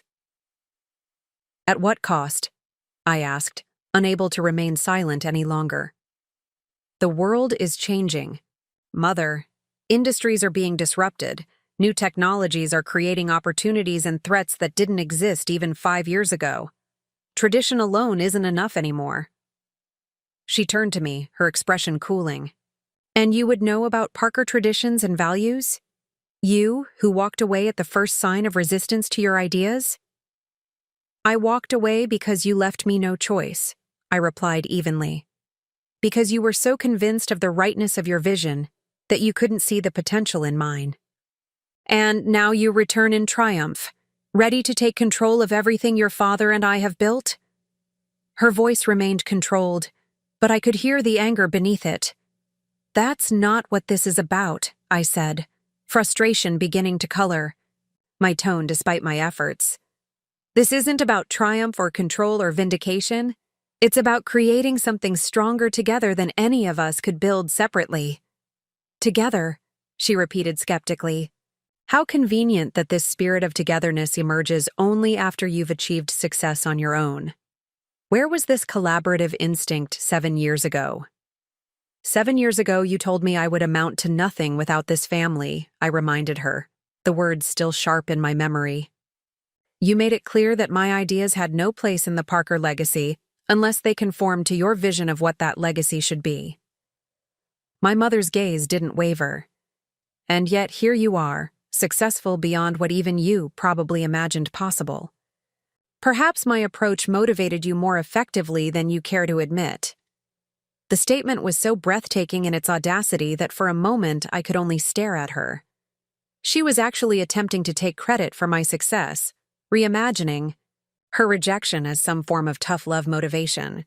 Victoria, my father said wearily, this isn't productive. The proposal deserves serious consideration based on its merits, not as an extension of old grievances. Old grievances, she echoed. Is that what you call my decades of dedication to this family? My tireless work to maintain our position and legacy? She rose from her chair with deliberate dignity. I've given everything to the Parker name, everything. And this is how you repay that sacrifice? By plotting behind my back. To hand control to the daughter who rejected everything we stand for? I never rejected the family, I countered, struggling to keep my voice level. I rejected the limitations you tried to place on my potential. There's a difference. A convenient distinction, she said dismissively. My grandmother, who had been watching this exchange with the patient assessment of someone who had witnessed many family conflicts over her long life, now leaned forward in her chair. Victoria, she said, her voice carrying the quiet authority that had always commanded respect. You're not hearing what's being said. This isn't about rejecting your contributions or diminishing your role. It's about acknowledging that different times require different approaches. And my approach is suddenly inadequate? After all I've done to protect and elevate this family? Your approach was appropriate for its era, my grandmother replied diplomatically. But the world Olivia and Emma are operating in is fundamentally different from the one you navigated so successfully. Their expertise and perspectives are precisely what the family needs now. My mother's expression hardened. So I'm to be set aside? A relic of a bygone era? No one is suggesting that, my father said quickly. Your experience and connections remain invaluable, but the leadership structure needs to evolve. Into what exactly? My mother demanded. A technology company run by my estranged daughter? A venture capital operation led by Emma, who has zero public track record in the industry? How do you imagine our board will react to this proposal? Our banking partners? the clients who have trusted Parker Financial for generations? With the right presentation and transition plan, they'll recognize the strategic benefits, I said. Horizon brings cutting-edge technology and innovation. Emma's firm brings access to emerging markets and talent. Parker Financial brings stability and established relationships. Together, they create a diversified powerhouse that's resistant to disruption and positioned for long-term growth. My mother stared at me, something shifting in her expression. For the first time, I saw her truly seeing me. Not as the rebellious daughter or the black sheep or even the prodigal returnee, but as a businesswoman with a vision and strategy of my own. "You've thought this through," she said, more statement than question. "I've been considering the possibilities since this afternoon," I acknowledged. "The strategic logic is compelling, whatever personal complications might exist." She turned to Emma. "And you? How long have you been building this venture capital operation behind my back?" Emma straightened her shoulders. 3 years. "And not behind your back, Mother. I simply didn't volunteer information you never asked for." 3 years, my mother repeated softly. Then, with a sudden sharpness, "With whose money? Where did the initial capital come from?" Emma glanced at my grandmother, who nodded slightly. "Gran provided the seed funding," Emma admitted. $1 million to start. I've grown it to 37 million under management." My mother's eyes widened, then narrowed as she turned to my grandmother. "You funded this without telling me? Without discussing it with the family?" "It was my personal money to invest as I saw fit," my grandmother replied calmly. And Emma presented a compelling business case. "A business case," my mother echoed faintly. "My own daughter and mother-in-law, conducting business behind my back. Perhaps if you had shown more interest in Emma's ideas and aspirations, she wouldn't have felt the need to develop them privately," my grandmother suggested, her tone gentle but the message unmistakable. A heavy silence fell over the room. My mother stood perfectly still, her expression unreadable as she processed this new reality. Both of her daughters had built successful enterprises outside her knowledge or influence. Her mother-in-law and husband were now proposing a restructuring that would fundamentally alter her role and status within the family hierarchy. Everything she had carefully constructed and controlled for decades was shifting beneath her feet. In that moment, I felt an unexpected pang of empathy for her. Victoria Parker had dedicated her life to maintaining a certain vision of the Parker legacy. She had sacrificed, strategized, and maneuvered tirelessly in service of that vision. To have it challenged so fundamentally, so unexpectedly, must be profoundly disorienting. "Mother," I said, softening my tone, "this doesn't have to be adversarial. The proposal has merit from a business perspective, but its success would depend on bringing together all our strengths, including yours." She looked at me sharply, skepticism clear in her eyes. "You expect me to believe that after 7 years of estrangement, you're suddenly interested in a collaborative partnership? That this isn't about proving me wrong?" "This isn't about proving anything," I insisted. "It's about recognizing that the business landscape has changed dramatically, and the Parker family has resources and talents that could be leveraged more effectively together than separately." "A convenient narrative," she observed coolly. My father stepped forward. "Victoria, at least consider the proposal on its merits. We can engage outside advisors to evaluate the financial and strategic implications. Make an informed decision based on facts rather than emotion." "Facts rather than emotion," she repeated. An interesting suggestion from a man who has just proposed overturning 4 generations of family business structure based on a single day's conversations. "The conversations may have happened today," my grandmother interjected, "but the underlying issues have been building for years. Parker Financial's performance has been stagnant. Traditional asset management is facing unprecedented disruption. The family needs new directions and approaches to thrive in the coming decades. My mother turned to face her directly. And you? Believe my daughters, one who abandoned the family entirely and another who has been operating a secret business venture, are better positioned to navigate these challenges than I am? I believe, my grandmother replied with pointed emphasis, that the combined expertise of all involved, including yours, offers the best path forward. But that requires you to see Olivia and Emma as the capable businesswomen they've become, not simply as daughters who should follow your lead without question. The bluntness of this assessment seemed to land with particular force. My mother's composure faltered momentarily, a flash of genuine hurt crossing her features before the careful mask slipped back into place. "I see," she said after a moment. "And if I oppose this restructuring, what then?" My grandmother and father exchanged glances.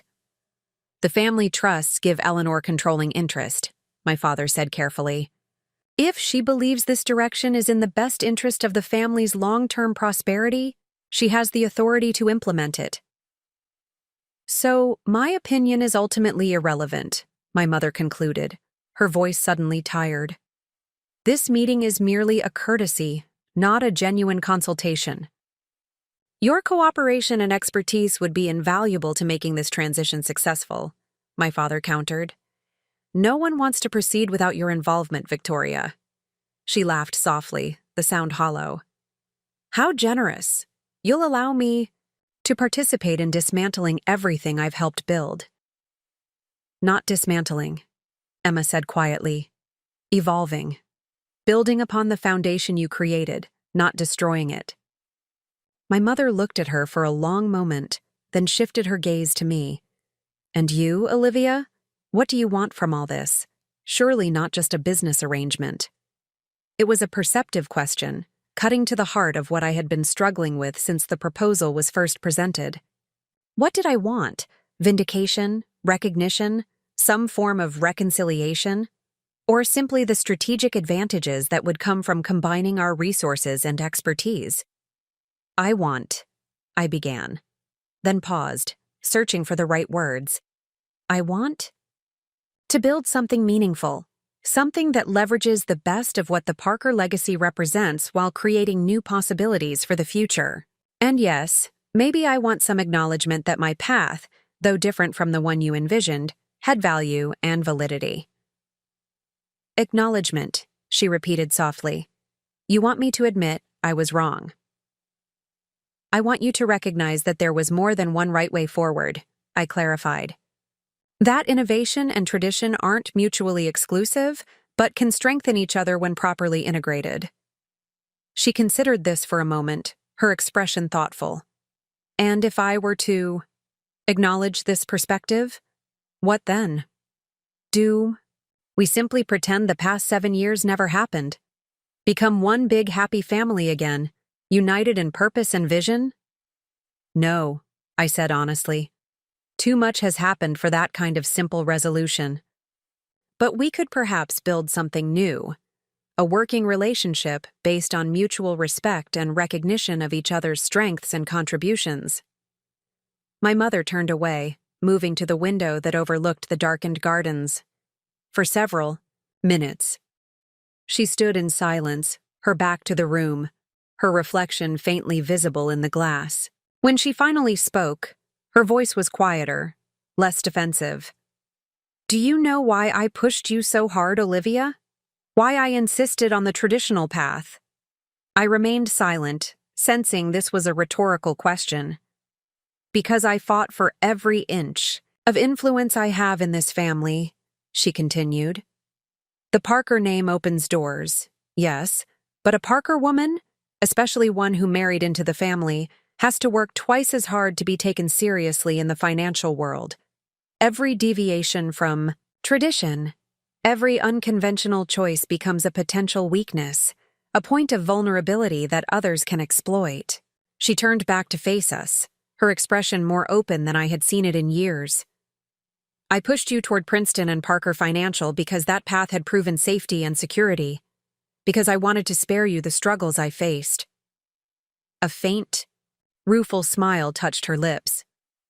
Perhaps I underestimated your willingness to struggle on your own terms. The admission, however qualified, was so unexpected that for a moment I didn't know how to respond. My mother had never before acknowledged any possibility that her vision for my life might have been shaped by her own experiences and fears rather than what was objectively best for me. I chose a different path, I said carefully. But that doesn't mean I didn't learn from you. Your emphasis on excellence, on strategic thinking, on never settling for less than what you're worth, those lessons shaped how I built Horizon, even as I applied them differently than you might have. Something shifted in her expression, a softening, perhaps even a flash of pride quickly concealed. You've built something impressive, she conceded. That much is undeniable. As have you, I acknowledged. Parker Financial has been the cornerstone of this family's prosperity for generations. No one is suggesting otherwise. My mother glanced at Emma. And you? Have you also been applying my lessons while secretly building your venture firm? Emma smiled slightly. Every day, your attention to detail, your instinct for people's true motivations, your persistence, I wouldn't have succeeded without those traits you instilled in me. I just applied them to opportunities you might not have considered viable. My mother shook her head, a complex mixture of emotions crossing her face. My daughters, the secret entrepreneurs. I don't know whether to be proud or horrified. Both seem appropriate, my grandmother suggested with a hint of amusement. Perhaps, my mother allowed. She returned to her seat, her posture still perfect but somehow less rigid than before. This proposed restructuring, I assume you have more detailed documentation than what Charles presented. My father nodded, reaching for a folder on his desk. The preliminary framework, yes. Any actual implementation would require substantial legal and financial analysis, of course. She held out her hand for the documents. I'll review them tonight. I make no promises about my position, but I will consider the proposal seriously. She fixed my grandmother with a direct look. Though I would appreciate being included in any future discussions about the family's financial direction from the beginning, rather than being presented with decisions already half made. A reasonable expectation, my grandmother acknowledged with a slight nod. Provided you extend the same courtesy to others, including your daughters. My mother's lips tightened momentarily, but she nodded. Fair enough. She rose again, gathering the folder with deliberate composure. If that's all for now, we should rejoin our guests. There will be talk if we're absent much longer. As she moved toward the door, she paused beside me. We should speak privately. Before you leave tomorrow, Olivia, there are things that should be said between us. The invitation, for it was an invitation, not a command, surprised me. I'd like that, I replied honestly. She nodded once, then left the room with her characteristic grace, offering no clue to any casual observer that her world had just been fundamentally challenged. After she had gone, my father let out a long breath. Well, he said, that went better than I expected. Victoria is many things, my grandmother observed, but foolish has never been one of them. She recognizes a shifting tide when she sees one. Emma looked at me, her expression a mixture of relief and wariness. Do you think she'll actually consider the proposal, or is she just regrouping? Both, I said with certainty. She'll evaluate the business case thoroughly, that's who she is, but she'll also be looking for leverage, for ways to maintain her influence and control within whatever new structure emerges. Naturally, my grandmother agreed, and we should expect nothing less. Victoria's strategic mind is one of her greatest assets to the family, even when it's challenging to deal with. I nodded, my thoughts already turning to the private conversation my mother had requested for tomorrow. After 7 years of estrangement, after the dramatic revelation of my success, and the even more dramatic proposal to restructure the family business, what exactly did Victoria Parker want to say to the daughter she had once dismissed as the family's black sheep? Whatever it was, I suspected it would be as carefully calculated as everything else my mother did, and potentially just as consequential for the future of both the Parker legacy and my own place within it. Morning arrived with golden light streaming through the guest room windows, illuminating dust motes dancing in the air. I had slept surprisingly well considering the emotional intensity of the previous day, the triumphant revelation of my success, the unexpected discovery of allies within my family, and the confrontation that had ended with my mother's guarded but genuine willingness to consider a new path forward. I rose early, drawn to the gardens that had always been my favorite part of the Parker estate. The dew-covered lawns sparkled in the morning light as I followed the familiar stone path to the small Japanese garden tucked away in the property's eastern corner.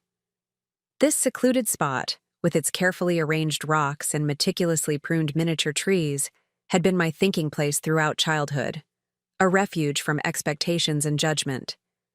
I wasn't entirely surprised to find my mother already there, seated on the stone bench beneath the Japanese maple.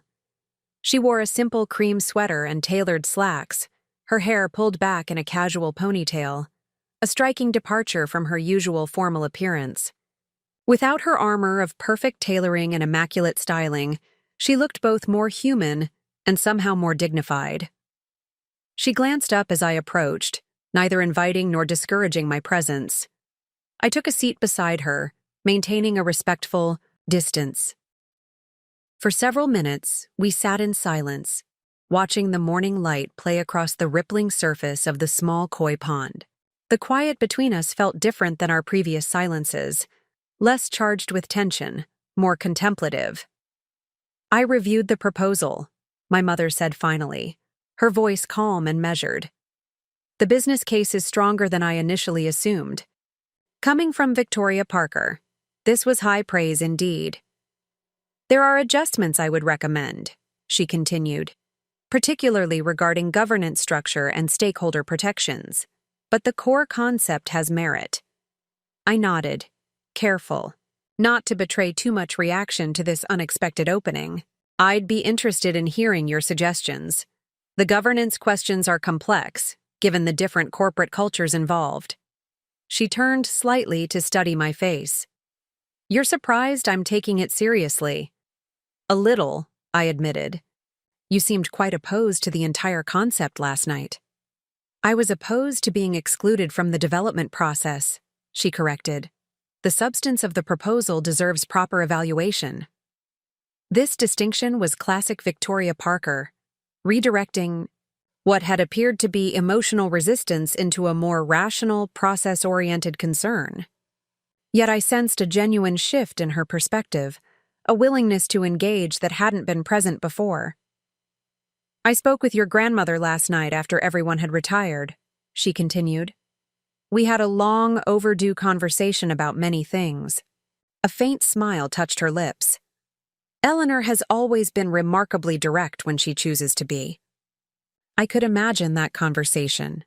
Two formidable women, each accustomed to directing rather than being directed, navigating decades of accumulated tensions and unspoken grievances. What did you talk about? I asked, genuinely curious. My mother looked back toward the pond. The nature of legacy, the price of perfectionism, the dangers of confusing control with leadership. She paused. And the ways in which I may have mishandled your departure. The admission, however, obliquely phrased, was so unexpected that for a moment I couldn't respond. Victoria Parker rarely acknowledged mistakes, and never without careful qualification. She also shared something I hadn't known, my mother added. That she had been following your career from the beginning, that she'd invested in Horizon's initial public offering.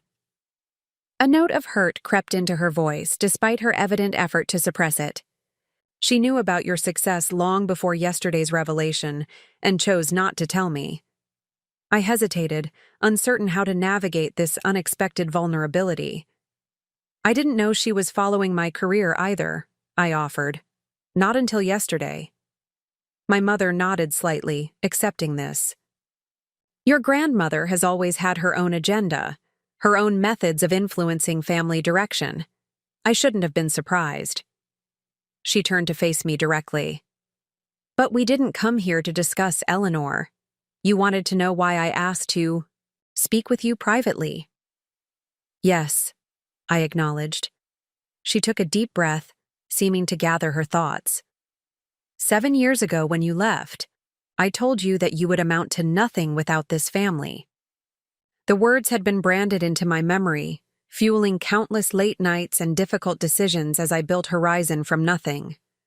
I was wrong, she said simply. 2 words I had never expected to hear from Victoria Parker's lips. Not, perhaps, I was mistaken, or the circumstances proved different than anticipated. Her usual careful phrasings that acknowledged changed outcomes without admitting error. Just a clean, clear acknowledgement of having been wrong. You've built something remarkable, Olivia, she continued. Something I didn't believe was possible, at least not in the way you envisioned it. That failure of imagination was mine, not yours. I stared at her, searching for the hidden agenda, the subtle manipulation that had always characterized our interactions. But her expression held a straightforward sincerity I had rarely witnessed. Thank you, I said finally. That means more than you might think. Perhaps not, she replied with unexpected insight. I understand better than most how powerful validation can be, especially when it comes from someone who previously withheld it. She looked down at her hands, perfectly manicured as always, but showing the subtle signs of age that she typically disguised with expensive creams and careful presentation. I've spent my life building and protecting a certain vision of what the Parker legacy should be, she said quietly. A vision inherited from your grandfather, refined through decades of careful management and strategic positioning. I believed, truly believed, that deviation from that established path was not just unnecessary, but dangerous. She looked up, meeting my gaze directly. But the world has changed. The financial industry has changed. And perhaps most significantly, my daughters have demonstrated capabilities and vision that I failed to recognize or nurture. The admission seemed to cost her something, a visible release of a closely held self-image that had defined her for decades. I'm not saying I was wrong about everything, she clarified, always careful not to concede more ground than necessary. Tradition and established relationships still have tremendous value. The Parker name still opens doors that would remain closed to those without our history and connections. I never disputed that, I pointed out. I just believed there were other doors worth opening as well. She nodded slowly. Yes, I see that now. A small, rueful smile touched her lips. Perhaps if I had been more willing to explore those other possibilities 7 years ago, we might have avoided the estrangement entirely. The acknowledgement of loss, of 7 years that could have been different, hung in the air between us, both painful and strangely healing in its honesty. We can't change the past, I said after a moment, but we can choose how we move forward. Indeed. She straightened her shoulders slightly, returning to more practical matters. Which brings me to the proposal. If, and I emphasize if, we proceed with this restructuring, there are several conditions I would consider essential.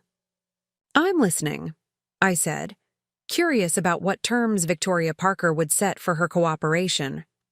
First, proper governance structures that respect the distinct cultures and operational requirements of each division. Horizon would maintain its technological autonomy. Parker Financial would preserve its client relationships and investment philosophy. Emma's venture operation would continue its focus on emerging opportunities. I nodded. This aligned with my own thinking about how the AI integration should work. Second, a transition period of at least 2 years. during which your father and I would remain actively involved in strategic direction while gradually shifting day-to-day leadership responsibilities. This seemed reasonable as well. Abrupt. Change would risk disrupting valued relationships and institutional knowledge. Third, she continued, her gaze steady, regular family meetings, not just business discussions, but genuine reconnection. Whatever professional structure we create, the foundation must be rebuilt family relationships. Without that, none of the rest will succeed in the long term. This last condition surprised me more than the others. Victoria Parker, the consummate businesswoman, was prioritizing family healing alongside financial considerations. "I'm not suggesting we can erase the past," she added, reading my expression accurately. "The hurt and misunderstandings run too deep for that. But if we're to build something together professionally, we need to commit to working through our personal history as well." It was perhaps the most emotionally honest statement I had ever heard from my mother, an acknowledgement that family relationships weren't just background context for business arrangements, but essential foundations that required their own careful attention and repair. "I agree," I said simply. She seemed slightly surprised by my ready acceptance. "You do?" I nodded. The past 7 years have taught me many things. Among them is that success without meaningful connection has limitations. I built Horizon to prove I could create something significant on my own terms, but the journey was lonelier than it needed to be. My mother's expression softened almost imperceptibly. Loss often teaches us what matters most, doesn't it? Even when that loss is partially self-inflicted. The observation felt like a gentle bridge between us, an acknowledgement that our estrangement had carried costs for both of us, regardless of who bore more responsibility for its inception. "I have a condition of my own," I said after a moment. She raised an eyebrow, waiting. "Honesty," I said simply. "Even when it's uncomfortable. Even when it challenges cherished assumptions or established ways of doing things. We need to commit to speaking truth to each other, without the masks and careful performances that characterized so much of our family dynamic in the past." My mother considered this, her expression thoughtful.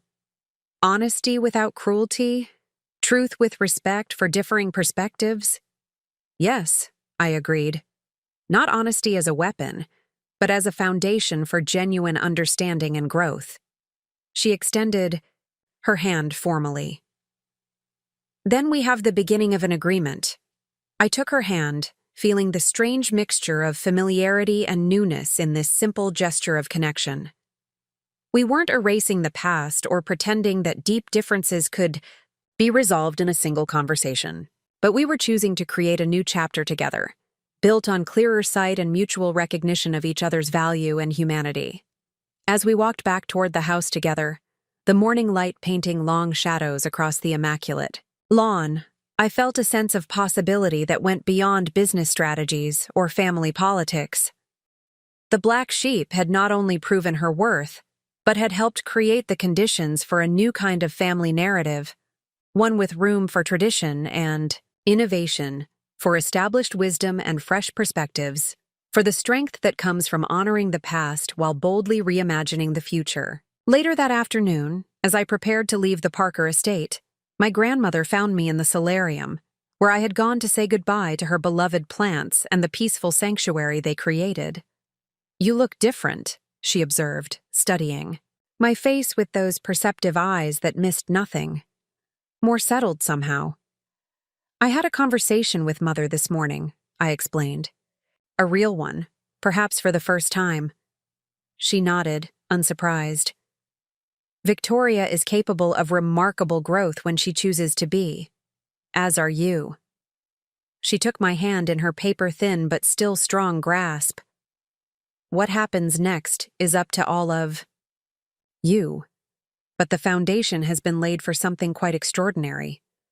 "Parker Global Holdings," I mused, the name still feeling foreign on my tongue. "Do you really think it can work? That we can blend such different worlds and approaches?" The most resilient ecosystems are those with the greatest diversity, she replied, gesturing toward her collection of plants from all corners of the world, thriving together despite their different origins and needs. The Parker legacy was never meant to be a monument to the past, but a living, evolving creation that adapts to changing conditions while maintaining its essential strength. As I embraced her before leaving, I felt the wisdom of 90 years. In her frail frame, the perspective that came from seeing beyond immediate conflicts to longer arcs of family and business evolution. In the main hall, Emma waited to walk me to my car. "So," she said with a small smile, "the prodigal daughter returns, turns everything upside down, and leaves all in a single weekend. Typical Olivia efficiency." I laughed, grateful for her lightness after so much emotional intensity. "I'm not really leaving, am I? Not if we move forward with this restructuring." "No," she agreed, her expression turning more serious. "You're not leaving. You're helping us build something new." She hesitated, then added, "I missed you, you know, all these years, even when I was angry at you for walking away." "I missed you too," I admitted, more than I allowed myself to acknowledge. We reached my car, sleek and expensive, a visible symbol of the success I had achieved on my own terms. But suddenly the car seemed less significant than the woman, standing before me, my sister, my unexpected ally, a bridge between the world I had left and the one I might now help create. "I'll call you tomorrow," I promised as we embraced. "We have work to do." "Yes," she agreed with a smile. "We certainly do." As I drove away from the Parker estate, watching it recede in my rearview mirror, I reflected on the extraordinary journey of the past 24 hours. I had arrived as the black sheep returning in triumph, ready to silence a room with proof of my success. I was leaving as something more complex, still independent, still defined by the path I had forged. On my own, but now connected to a larger possibility that incorporated both my individual achievements and my family's legacy. The net worth statement that had silenced the room had opened a door I hadn't anticipated, not just to vindication, but to a deeper kind of validation that came from being truly seen and valued for exactly who I was. Sometimes, the greatest success isn't proving others wrong, but creating the conditions for a new kind of right. One that expands possibilities for everyone involved and transforms old narratives into foundations for unexpected growth. The black sheep had not only thrived outside the fold, but had helped redefine what the fold itself could become. And in that redefinition lay the seeds of both personal healing and collective transformation. As I accelerated onto the highway, leaving the past behind but carrying its lessons forward, I smiled at the road ahead, uncertain, challenging, but bright with possibility. Up next, you've got 2 more standout stories right on your screen. If this one hit the mark, you won't want to pass these up. Just click and check them out, and don't forget to subscribe and turn on the notification bell so you don't miss any upload from us.